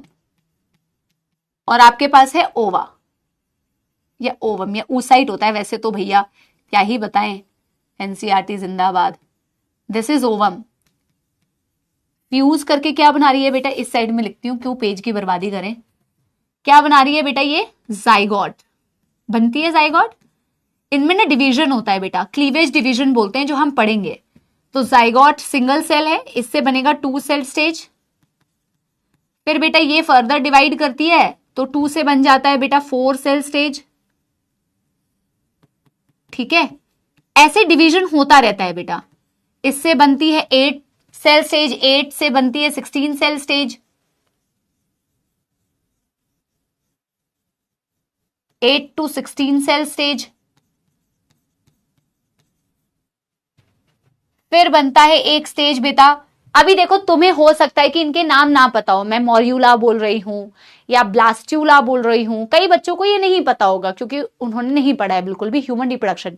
यही कारण से मैं तुम्हें यहीं से बताना स्टार्ट कर रही हूं कि एम्ब्रियोनिक डेवलपमेंट अपनी कैसे होती है। एक स्पर्म होता है, एक ओवा होता है, वो फ्यूज करते हैं, पहले जाइगोट बनता है, फिर वो डिवाइड करती है 2 सेल स्टेज बनती है, फिर वो फर्दर और डिवाइड करते हैं 4 बनते हैं। सेल्स डिवाइड करते रहते हैं बेटा और अलग अलग स्टेजेस बनती जाती हैं। इस स्टेज को जैसे बेटा मॉर्यूला बोला जाता है, हम पढ़ेंगे इसे मॉर्यूला बोलते हैं। फिर बेटा एक स्टेज आती है जिस स्टेज को बोला जाता है ब्लास्ट्यूला या ब्लास्टोसिस्ट, जिस स्टेज को बोला जाता है ब्लास्ट्यूला या blastocyst.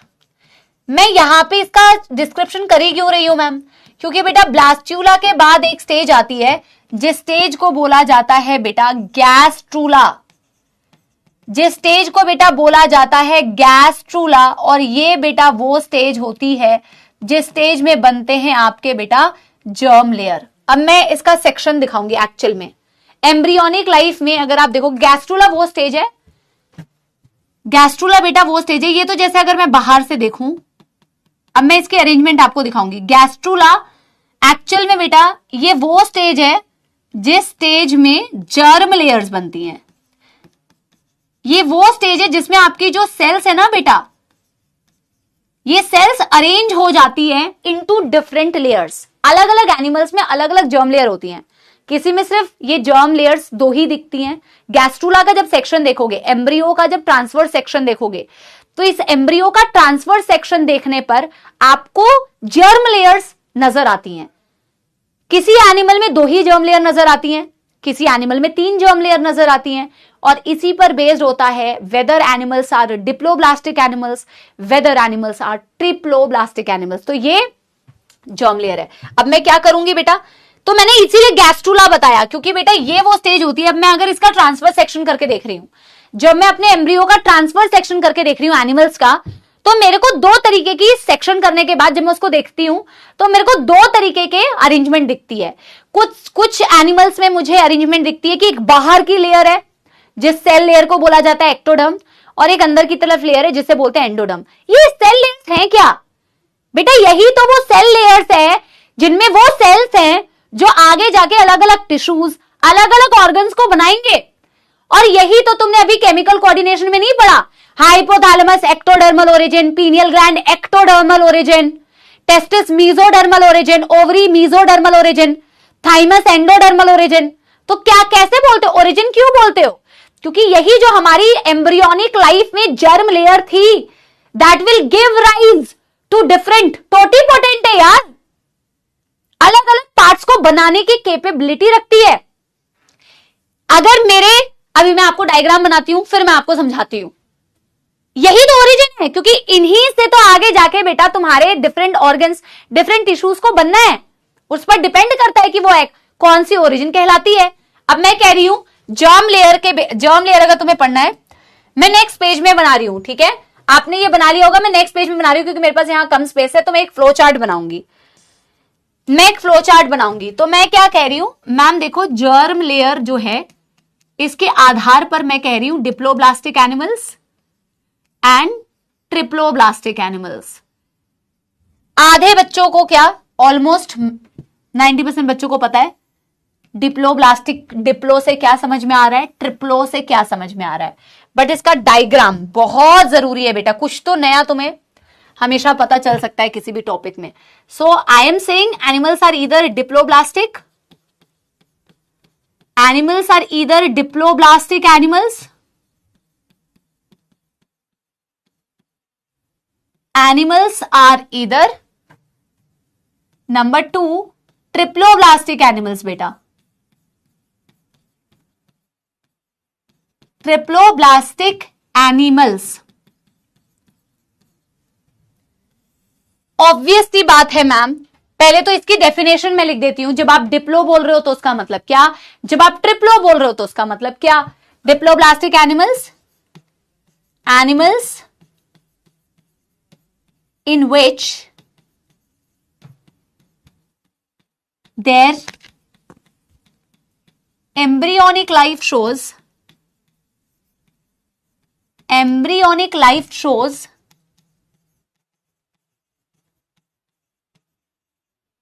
To germ layers. Germ layers क्या है, जिनसे आगे जाके सारे पार्ट्स बनेंगे, वो टोटीपोटेंट सेल्स होते हैं, ठीक है ना। एंड यहां पे मैं बोल रही हूं animals in which embryonic life shows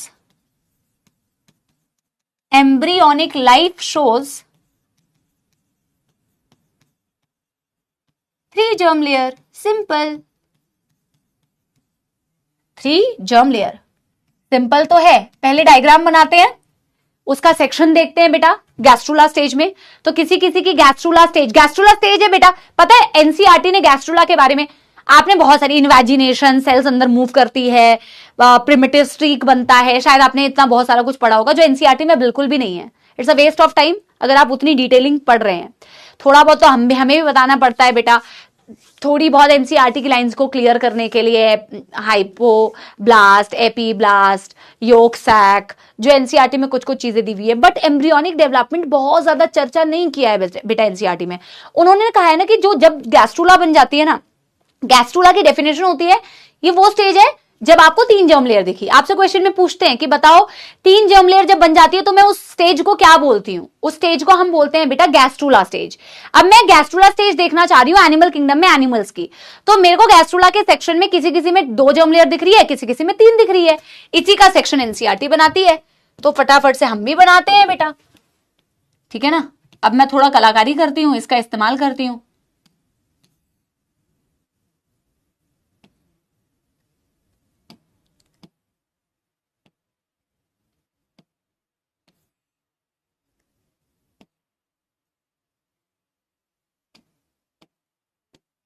अब देखते हैं, पहले इसको मैं कंप्लीट करती हूं उसके बाद, ठीक है।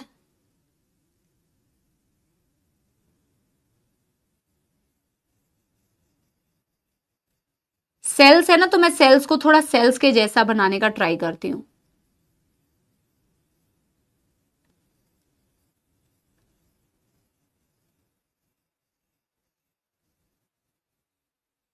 क्योंकि यहां एक अनडिफरेंशिएटेड नॉन सेल्यूलर लेयर का भी वर्णन होता है, डिस्क्रिप्शन होता है। ओ माय गॉड, दिवाली आ रही है, रंगोली बन रही है, माय गॉड्स। ठीक है, और एक अंदर की लेयर बना देती हूं।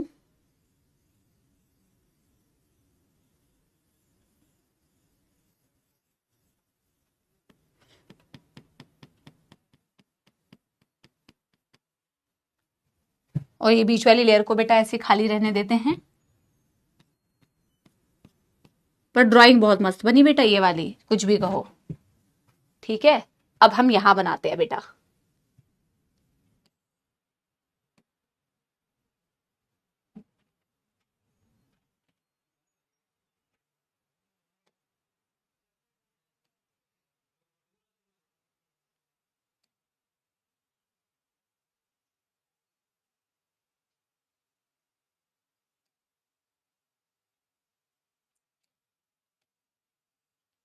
अरे ये छोटा नहीं होगा क्या? होगा ना।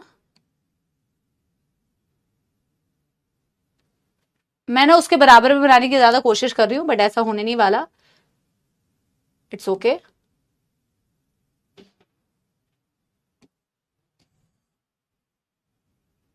दो लेयर बन गई, तीसरी लेयर है पिंक कलर, और चौथी लेयर ग्रीन कलर। अरे भाई साहब,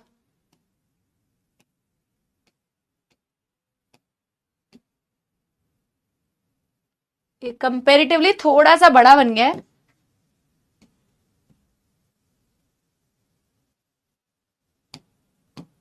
कोई नहीं, ठीक है, चलो बनाते हैं इसको, भरते हैं अब।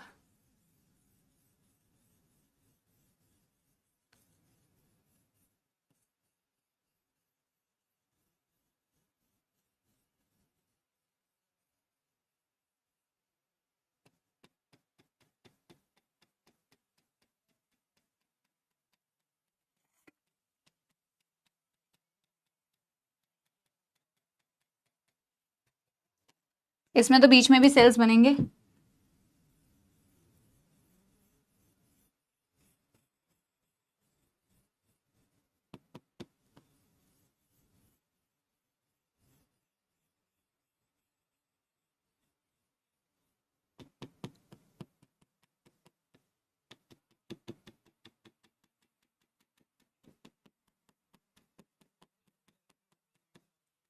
और endoderm,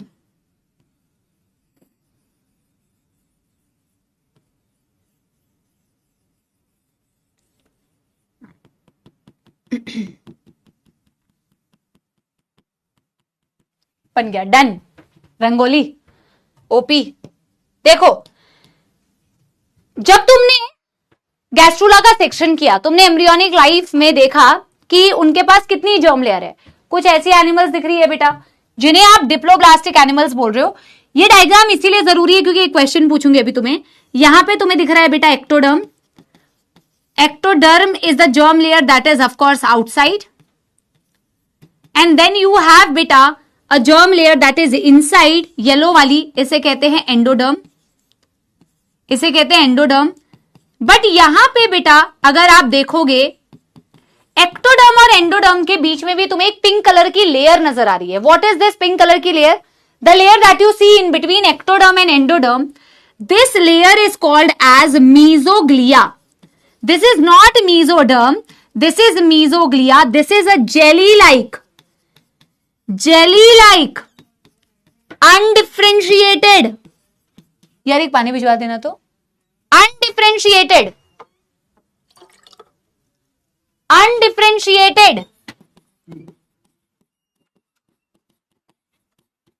non cellular layer, non cellular layer, ये इसकी सबसे खास बात। आप ऐसे एनिमल्स में कहते हो मीजोग्लिया प्रेजेंट है, इट्स नॉट मीजोडर्म, ये कोई सेल्स की नहीं बनी। अगर आप बेटा एक्टोडर्म को देखोगे तो एक्टोडर्म में मैम ने क्या बना रखे हैं, एक्टोडर्म में मैम ने सेल्स बना रखे हैं, ऑफ कोर्स टोटिपोटेंट सेल्स है, स्टेम सेल्स है भाई। इसके एंडोडर्म के लेयर से कुछ पार्ट्स बनेंगे, एक्टोडर्म से कुछ पार्ट्स बनेंगे, क्योंकि वो सेल्यूलर लेयर है भाई। लेकिन आपकी जो मीजोग्लिया होती है डिप्लोब्लास्टिक एनिमल्स के केस में, it's a non cellular layer, it's a undifferentiated layer, it's a jelly like layer which is present between ectoderm and endoderm. इसके पास कोई पोटेंशियल नहीं है, it will not form anything, not form any tissue, not form any organ, not form anything. कोई भी चीज इससे develop नहीं होती है, इसीलिए तो अनडिफरेंशिएटेड लेयर है। बट हमारी केस में जैसे हम होते हैं ट्रिप्लोब्लास्टिक, तो हमारे केस में जब आप देखते हो तो आपके पास 3 जर्म लेयर है, of course ectoderm outer most, ectoderm outer most, mesoderm middle one, mesoderm middle, and बेटा endoderm the inner most layer, endoderm the inner most layer. हर एक जो है वो सेल्यूलर लेयर है, क्योंकि हर एक लेयर से कुछ ना कुछ बॉडी पार्ट डेवलप होता है। जो एक्टोडर्म से डेवलप हो गया वो एक्टोडर्मल ओरिजिन, जो मीजोडर्म से डेवलप हो गया वो मीजोडर्मल ओरिजिन, जो एंडोडर्म से डेवलप हो गया वो एंडोडर्म ओरिजिन। समझ गए?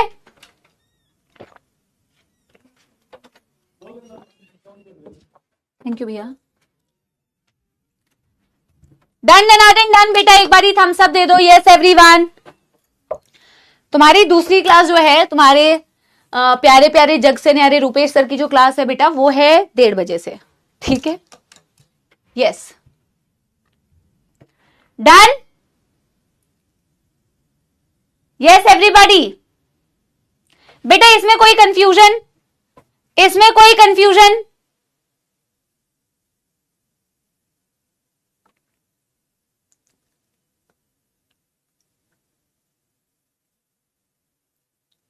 पक्का? अब देखो बेटा, ऑफ कोर्स एग्जाम्पल, सबसे पहले तो आपको एग्जाम्पल देखना है और फिर मैं आपसे क्वेश्चन पूछूंगी। जब आप एग्जाम्पल देखते हो तो इसका एग्जाम्पल आ जाता है आपकी दोनों बहनें सीलेंट्रेटा, और आपके पास आ जाते हैं बेटा टीनोफोरा। और जब आप बेटा ट्रिप्लोब्लास्टिक एनिमल्स की बात करते हो, इसके एग्जाम्पल में आ जाते हैं platyhelminthes up to chordate. Mansi, up to chordate का मतलब आप समझ में आया? अप टू कॉर्डेट 1:15 से क्लास है। तुम कौन से बच्चे आ गए हो बेटा? हैं?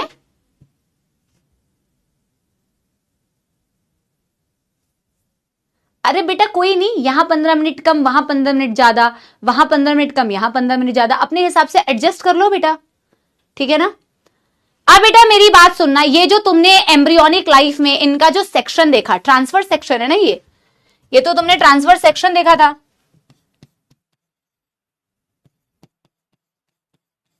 अब मुझे ये बताओ, ये जो सेंटर में तुम्हें छेद दिख रहा है, ये क्या है? ये क्या बनाएगा आगे जाके? ये क्या है?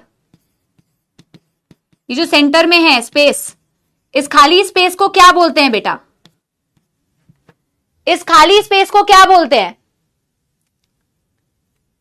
Yes yes, absolutely right. This खाली स्पेस, दिस सेंटर, दिस खाली space, this centre, this is definitely not coelom. ये सीलोम नहीं होता, ये प्रिमिटिव गट होता है, इसे प्रिमिटिव गट कहते हैं, है ना? सीलोम तो अभी बना नहीं है, सीलोम अभी बनेगा, और इसीलिए पहले जर्म लेयर को पढ़ाते हैं, क्योंकि जर्म लेयर से ही आगे डिफाइन होती है कि सीलोम कैसी बनेगी। एनिमल्स के अंदर सीलोम है या सीलोम नहीं है, तो ट्रू सीलोम है या फॉल्स सीलोम है, समझ रहे हो? Yes, this is not coelom, this is not body cavity नलाइको, this is the primitive gut. ऐसे इमेजिन करो, ऐसे इमेजिन करो, एग्जैक्टली ऐसा नहीं है पर ऐसे इमेजिन करो ना, अगर तुम अपने एलिमेंट्री कैनाल, अपने गट को सेक्शन कर दो तो ऐसे छेद दिखेगा, ऐसे छेद दिखेगा, हाँ या ना? इमेजिन करो ना, एम्ब्रियोनिक लाइफ है, अब तुम गैस्ट्रोला का सेक्शन कर रहे हो, तुम्हें जो सेंटर पे दिख रहा है ना, ये प्रिमिटिव गट है, इसी से गट बनती है एक्चुअल में। This is the space of gut, not the coelom. अभी मैं सीलोम एक्चुअल में होता क्या है ये मैं अभी आपको बताऊंगी। दिस इज प्रिमिटिव गट, वहां पे भी, यहां पे भी, वहां पे भी, यहां पे भी। प्रिमिटिव मतलब पहला फॉर्म, इनिशियल फॉर्म, ठीक है ना बेटा? ये हो गया तो थम्स अप दे दो, वैसे हो गया होगा। मैं आगे बढ़ जाऊं, देखो क्वेश्चंस ऐसे भी आते हैं। For the first time triploblastic animals were platyhelminthes, है ना? For the first time organ grade of organization was seen in platyhelminthes. For the first time bilaterally symmetrical body was seen in platyhelminthes. अब आगे question आएंगे, अभी तो सबका answer मैं platyhelminthes बोल रही हूं, वैसे अलग अलग टाइप के क्वेश्चन आ सकते हैं। फर्स्ट टाइम कहां कौन सी चीज दिखी, ऐसे क्वेश्चंस आते हैं, ठीक है? सीलोम हम कितना कर पाएंगे कितना नहीं मुझे नहीं पता, बट थोड़ा सा इंट्रोडक्शन तो मैं देके जाऊंगी बेटा। जर्म लेयर थर्ड कैरेक्टरिस्टिक्स थी। अब फोर्थ जो होती है ना बेटा, that is coelom. Fourth is called as बेटा coelom. Coelom is the body cavity. थोड़ा सा एटलीस्ट समझ के जाते हैं बेटा, पूरा तो नहीं होगा, but I am so glad, I am so grateful कि मुझे क्लास मिल गई यार, है ना? क्लास, क्योंकि ना आगे की क्लास मैं ले नहीं पाती, तो कम से कम मैं ले पाई, बहुत अच्छा लग रहा है मुझे। और कल भी हम लेंगे एक क्लास, ठीक है ना? बॉडी प्लान भी बताऊंगी। नीतू बेटा कहीं नहीं जा रहे हैं, अभी बताएंगे, बॉडी प्लान भी बताएंगे, ठीक है ना? सीक्वेंस कोई भी रख सकते हो, कोई लोड नहीं है ऐसा। अच्छा, सीलोम यानी कि बॉडी कैविटी। बॉडी कैविटी की रिक्वायरमेंट क्या होती है? डेफिनेटली ये जो सेंटर में मैंने बनाया था छेद, ये डेफिनेटली बॉडी कैविटी नहीं थी, ये डेफिनेटली बॉडी कैविटी नहीं थी। बॉडी कैविटी की रिक्वायरमेंट क्या होती है? Why do you need body cavity? What if तुम्हारी बेटा बॉडी कैविटी ना हो तो क्या हो बेटा? बॉडी कैविटी की आवश्यकता क्यों होती है? To accommodate your organs. तुम्हारी बॉडी के अंदर जितने भी ऑर्गन्स है उनको रखने के लिए स्पेस चाहिए। अलमीरा बना रहे हो, अलमीरा में अगर बेटा खाली डब्बे ही नहीं बनाओगे, स्पेस नहीं बनाओगे, तो कपड़े कहां रखोगे? सॉलिड अगर बना दोगे, रूम को बेटा ईंटों से पूरा भर दिया, खाली स्पेस ही नहीं बनाई, तो तुम कहां रहोगे? खाली स्पेस का पर्पस होता है किसी ना किसी चीज को रखना, टू फिट द ऑर्गन्स। सबसे पहली बात है, what is the meaning of body cavity? Coelom is to accommodate organs. अब मैं आपको ना डायग्राम से कैसे रिलेट करूंगी, देखो। टू एकोमोडेट ऑर्गन्स, ठीक है ना? अभी तुमने जर्म लेयर पढ़े ना बेटा, मैं थोड़ा सा जर्म लेयर की मदद से, क्योंकि देखो जरूरी नहीं है कि सीलोम हो। सीलोम जो body, as per the coelom you can divide the animals into acoelomate, into pseudocoelomate and true coelomate.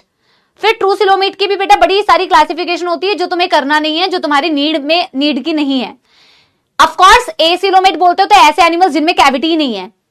Pseudo मतलब फॉल्स सीलोम है। यू सीलोम मतलब ट्रू सीलोम है। पर यार फॉल्स सीलोम समझना अगर है या सीलोम नहीं है ये अगर समझना है, तो पहले ये समझना पड़ेगा कि सीलोम क्या है। तो हम रिवर्स डायरेक्शन में चलते हैं। हम पहले ये समझते हैं कि सीलोम क्या होता है, क्योंकि अगर हमें ये समझ आ जाए ना बेटा कि सीलोम क्या होता है, सीलोम बनता कैसे है, ट्रू सीलोम कैसे बनता है, तो आप ये समझ जाएंगे कि इसे ट्रू सीलोम क्यों नहीं बोला और इसे ए सीलोम क्यों बोला। तो वो समझने के लिए पहले ये समझना पड़ेगा कि सीलोम क्या होता है और सीलोम कैसे बनता है। समझ रहे हो? Yes yes. अगर मैं सीलोम की परिभाषा लिखना चाहूं तो मैं ऐसे कहती हूं, coelom is the body cavity, coelom is the body cavity lined by mesoderm on both sides। अभी मैं समझाती हूं, बस आज मैं ना इतना ही समझा पाऊंगी। आज मैं सिर्फ ये वाला कॉन्सेप्ट आपको समझा के जाती हूं, क्योंकि इससे आपका ट्रू सीलोम आपको समझ में आ जाएगा, तो हम कल की क्लास में आगे कंटिन्यू कर सकते हैं। इसी को पहले समझ लो, ठीक है ना? मेसोडर्म ऑन बोथ साइड्स, ये बहुत इंपॉर्टेंट एक डेफिनेशन है। अभी मैं कोशिश करूंगी कलर्स का ऐसे इस्तेमाल करूं ना जिन कलर्स की मदद से ना मैं एक्चुअल में तुम्हें जैसे समझाना चाह रही हूं ना बेटा, मैं वो समझा पाऊं। Oh my God's,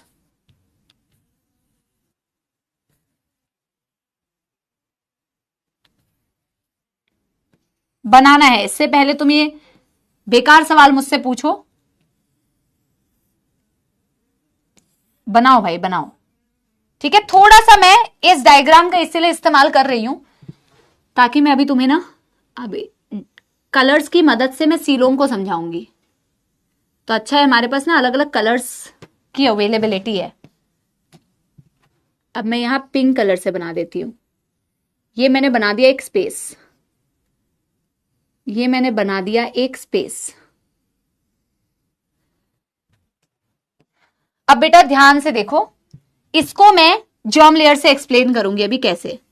this is coelom जहां ऑर्गन्स प्लेस्ड हैं, दिस इज सीलोम जहां ऑर्गन प्लेस्ड हैं, ठीक है। दिस इज योर गट यानी कि योर एलिमेंट्री केनाल जिसका स्पेस तुम्हें नजर आ रहा था। सब कुछ अभी ट्रिप्लोब्लास्ट एनिमल से तुम रिलेट कर पाओगे। मैं ट्रिप्लोब्लास्ट एनिमल्स का डायग्राम बना रही हूं और उसी से तुम्हें ये समझाऊंगी, ठीक है। ये तुम्हारी गट हो गई, ये तुम्हारी बॉडी वॉल हो गई, ये तुम्हारी बॉडी वॉल हो गई, ठीक है ना। ये बॉडी वॉल है तुम्हारी एक्टोडर्म की,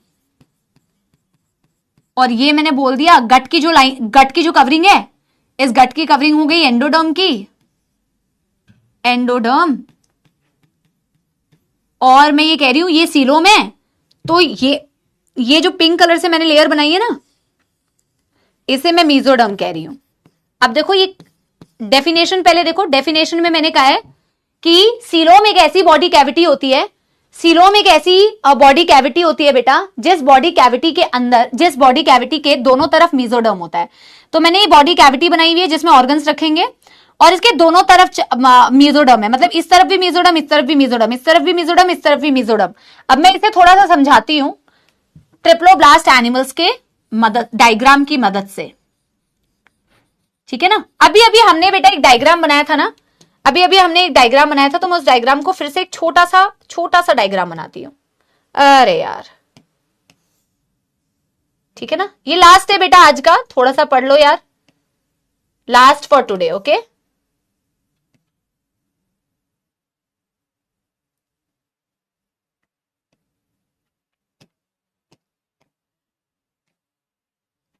मुझे व्हाइट से बनाना पड़ जाएगा लास्ट, मेजोडर्म को पिंक से बनाना था ना, और इसको ग्रीन से। एक सेकंड रुकना बेटा,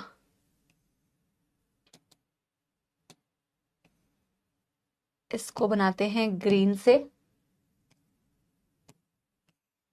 इसके ऊपर की लेयर को बनाते हैं पिंक से, और इसके ऊपर की लेयर को बनाते हैं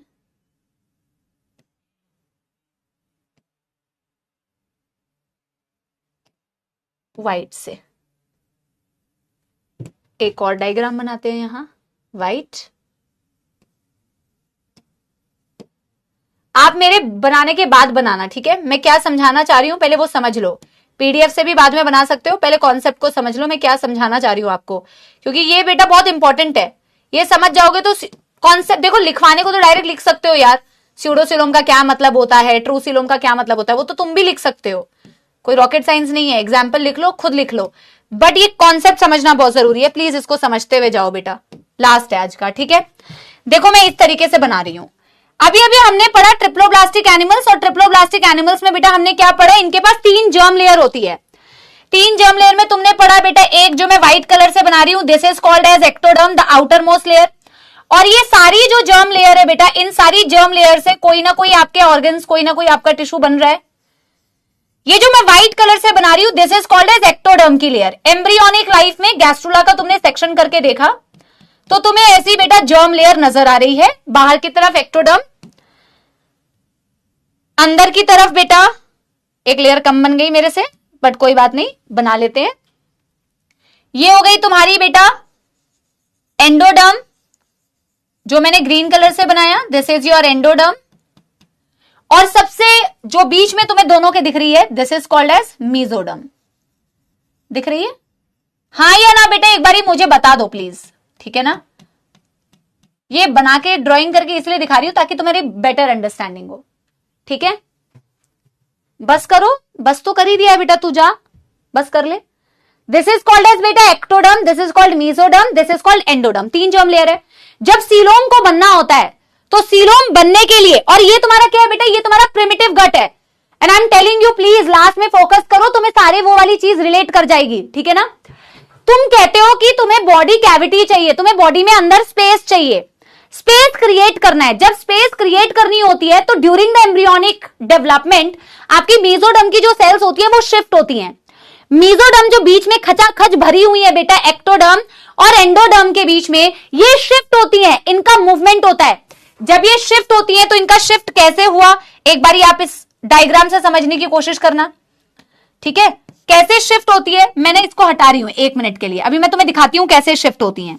तो ये उसकी अगली स्टेज है। यहां पे तुम्हें एंडोडर्म तो ऐसा ही दिखा, यहां तुम्हें एंडोडर्म तो एज इट इज दिखा बेटा, तुम्हें एक्टोडर्म भी एज इट इज दिखेगा। ये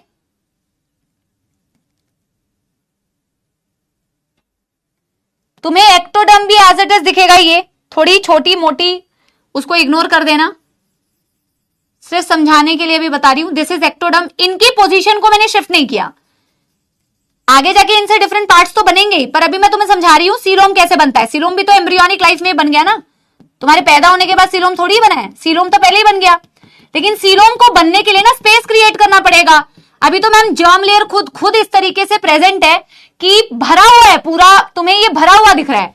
अब तुम्हें स्पेस क्रिएट करनी है तो मेसोडर्म की जो लेयर होती है वो ऐसे शिफ्ट हो जाती है, और शिफ्ट होने के बाद तुम्हें कुछ सेल लेयर अंदर की तरफ दिख रही है टुवर्ड्स द एंडोडर्म, और कुछ दिखती है जो तुम्हें दिखती है टुवर्ड्स द एक्टोडर्म। देखो, और इन दोनों के बीच में स्पेस क्रिएट हो गया। क्या आपको दिख पा रहा है बेटा? This is the best way कि मैं तुम्हें थोड़ा सा इमेजिन करवा पाऊं। मैंने बोला यहां सीलोम बनने के लिए मेसोडर्म स्प्लिट कर जाता है, और अगर मेसोडर्म स्प्लिट करेगा तभी सीलोम बनेगा। स्प्लिट मतलब शिफ्ट कर रहा है, और मेसोडर्म जब स्प्लिट करता है तो ऐसे बेटा बीच में कैविटी बनती है, बीच में कैविटी बनती है, और शिफ्ट करके कहां चला गया मेसोडर्म? एक चला गया बेटा टुवर्ड्स एक्टोडर्म, एक चला गया टुवर्ड्स एक्टोडर्म, और एक चला गया बेटा टुवर्ड्स एंडोडर्म। देखो ये भी मेसोडर्म है। और इसी डायग्राम को अब तुम जो मैंने इंसान बना रखा है, क्या इससे रिलेट कर पा रहे हो? क्या इससे रिलेट कर पा रहे हो बेटा? इस डायग्राम से अब इमेजिन करो ना, ये मैंने एक्टोडर्म बना रखे। एग्जैक्टली बेटा तुरंत से ऐसा नहीं होता, बट मैं तुम्हें इमेजिन कराने के लिए ऐसे समझा रही हूं। जैसे तुम्हें व्हाइट कलर की एक्टोडर्म दिख रही है, तो ये व्हाइट वाली लेयर तुम्हारी एक्टोडर्मल तुम्हारी बॉडी वॉल है, ठीक है ना। ये जो है तुम्हारा प्रिमिटिव गट था ना बेटा, ग्रीन कलर का गट, दिस वाज योर गट। और गट की तरफ मैंने क्या बना रखा है? एंडोडर्म बना रखा है इस डायग्राम में। तो तुम्हें ये गट में क्या दिख रहा है बेटा? एंडोडर्म दिख रहा है। और तुम्हें ये जो बीच में कैविटी दिख रही है, इस कैविटी के दोनों तरफ तुम्हें क्या दिख रहा है बेटा? इस कैविटी के दोनों तरफ तुम्हें मेसोडर्म दिख रही है। तो देखो ना, ये अंदर गट है एंडोडर्म, बाहर बॉडी वॉल है एक्टोडर्म, और बीच में तुम्हें बीच में तुम्हें सीलोम दिख रहा है कि नहीं यार? यही तो ट्रू सीलोम है ना यार, this is only true coelom. ऐसे ही तो ट्रू सीलोम बनता है। अब इमीडिएटली ऐसे नहीं बन जाता, पर ये तुम्हें समझाने के लिए थोड़ा सा मैंने बता दिया कि ऐसे बनता है।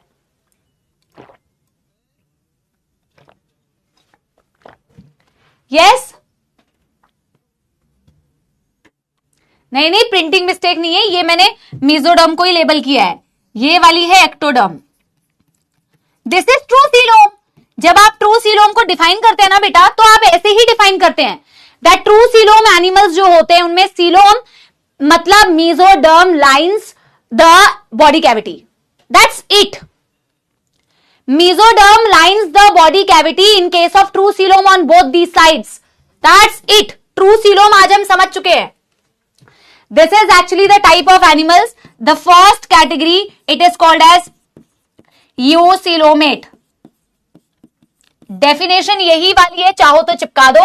This is eucoelom की definition. कल हम इसके आगे कंटिन्यू करेंगे कि फॉल सीलोम हुआ तो कैसे हुआ, और इसके जो एग्जाम्पल भी हैं वो भी कर ही लेते हैं। एनेलिडा कल यहां से कंटिन्यू करूंगी ना, एनेलिडा अप टू कॉर्डेटा। आज आप लिख लो, यहीं से कंटिन्यू करूंगी। आई होप आपको समझ में आया होगा बेटा, ठीक है ना। Yes, so it's nothing like कि बहुत ही बेकार है. यू कैन एक्चुअली बेटा जितना भी एवरीडे पढ़ाया जाए प्लीज प्लीज उसको बेटा लाइटली मत लीजिए. उसको लिख लिख के पढ़िए, उसको लिख लिख के पढ़िए बेटा, ठीक है ना. Done done done done. अब आप जाइए बेटा, अपनी ब्रेक लीजिए, क्लास अटेंड कीजिए, पर इसमें काम चोरी नहीं करना बेटा. जैसे जैसे बेटा चैप्टर आगे प्रोग्रेस करेगा तो हम कंबाइन करके फाइलम्स को पढ़ेंगे. पॉलीफेरा सिलेंट्रेटा पढ़ लेंगे, टीनोफोरा प्लैटीहेल्मिन्थेस, एस्केल्मिन्थेस साथ पढ़ लेंगे. तो जैसे जैसे चैप्टर प्रोग्रेस करेगा कंटेंट बढ़ता जाएगा, एग्जाम्पल्स बढ़ते जाएंगे, और मौत बेटा ना आए इसके लिए बेटा हमें लिख लिख के एनिमल किंगडम को प्रैक्टिस करनी है. ठीक है, डन डन डन डन. हाँ, सॉन्ग्स बेटा अब कल की क्लास जब भी होगी ना, मैं ये एनसीईआरटी की रीडिंग छोड़ के जा रही हूं, आप देख लेना, ठीक है ना. अच्छा, कल की क्लास जब भी होगी टाइमिंग्स आप लोगों को बता दी जाएगी, ठीक है ना. यस, हाँ,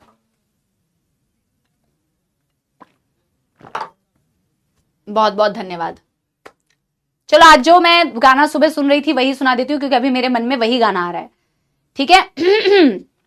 तो अगर गलती हो गई, क्योंकि ये गाना मैंने कभी नहीं गाया है, अगर गलती हो गई तो भूल चूक माफी. बट बेटा तुम बड़े आए जज करने वाले, तुम तो जैसे बहुत सिंगर बैठे हो, है ना. अरिजीत सिंह और सोनू निगम जज करेंगे. चलो. जाने कैसे बांधे तूने अखियों की डोर, मन मेरा खिंचा चला आया तेरी ओर. तेरे चेहरे की सुबह, जुल्फों की शाम, मेरा सब कुछ है पिया अब से तेरे नाम. नजरों ने तेरी छुआ तो है ये जादू हुआ, होने लगी हूँ मैं हंसी. आफरी आफरी आफरी आफरी आफरी आफरी. ठीक है, बहुत बहुत धन्यवाद. मैंने पहली बार आई थिंक ये वाला गाना गाया होगा, but anyway love you all बच्चों. Do let me know in the comment section कि आप लोगों को लेक्चर कैसा लगा. अच्छा लग रहा है, याद हो रहा है, मजा आ रहा है, तो प्लीज प्लीज बेटा अपना प्यार कंजूसी में ना बांटे, ठीक है. चलिए मिलते हैं आपको कल की कक्षा में, और कंटिन्यू करेंगे एनिमल किंगडम को. बेटा बहुत सारी पढ़ाई करनी है, अभी आप लोगों को मेडिकल कॉलेज तक पहुंचाना है, ठीक है. तो दोनों मिलके जब मस्त पढ़ाई करेंगे बेटा, रेलेवेंट पढ़ाई करेंगे. मैं हमेशा कहती हूँ फैलाना नहीं है, नो फैलोइंग ऑफ कंटेंट. जो गलतियां हम अपनी प्रिपरेशन जर्नी में करते हैं ना बेटा, वो आपको नहीं करनी है, ठीक है. ऐसा नहीं है कि डूब जाओ एकदम बेटा, और किसी भी सब्जेक्ट में एकदम नहीं ऐसे हो जाना कि खोना नहीं है, भटकना नहीं है बेटा. खोने को तो अभी बेटा पूछो अपने सीनियर्स से जो अभी मेडिकल कॉलेज में पहुंच चुके हैं, बहुत मौका मिलेगा डूबने का, खोने का, पर उस डूबने के लिए बेटा पहले वहां तक पहुंचो, ठीक है ना. और उसके लिए पढ़ाई रेलेवेंट करना बहुत जरूरी है. And I always try my best कि आपको एनसीईआरटी बेस्ड कॉन्टेंट बेहतर तरीके से कैसे कन्वे करूं, ठीक है. Thank you so much. I will see you all कल की क्लास में. Bye bye. Thank you bye bye.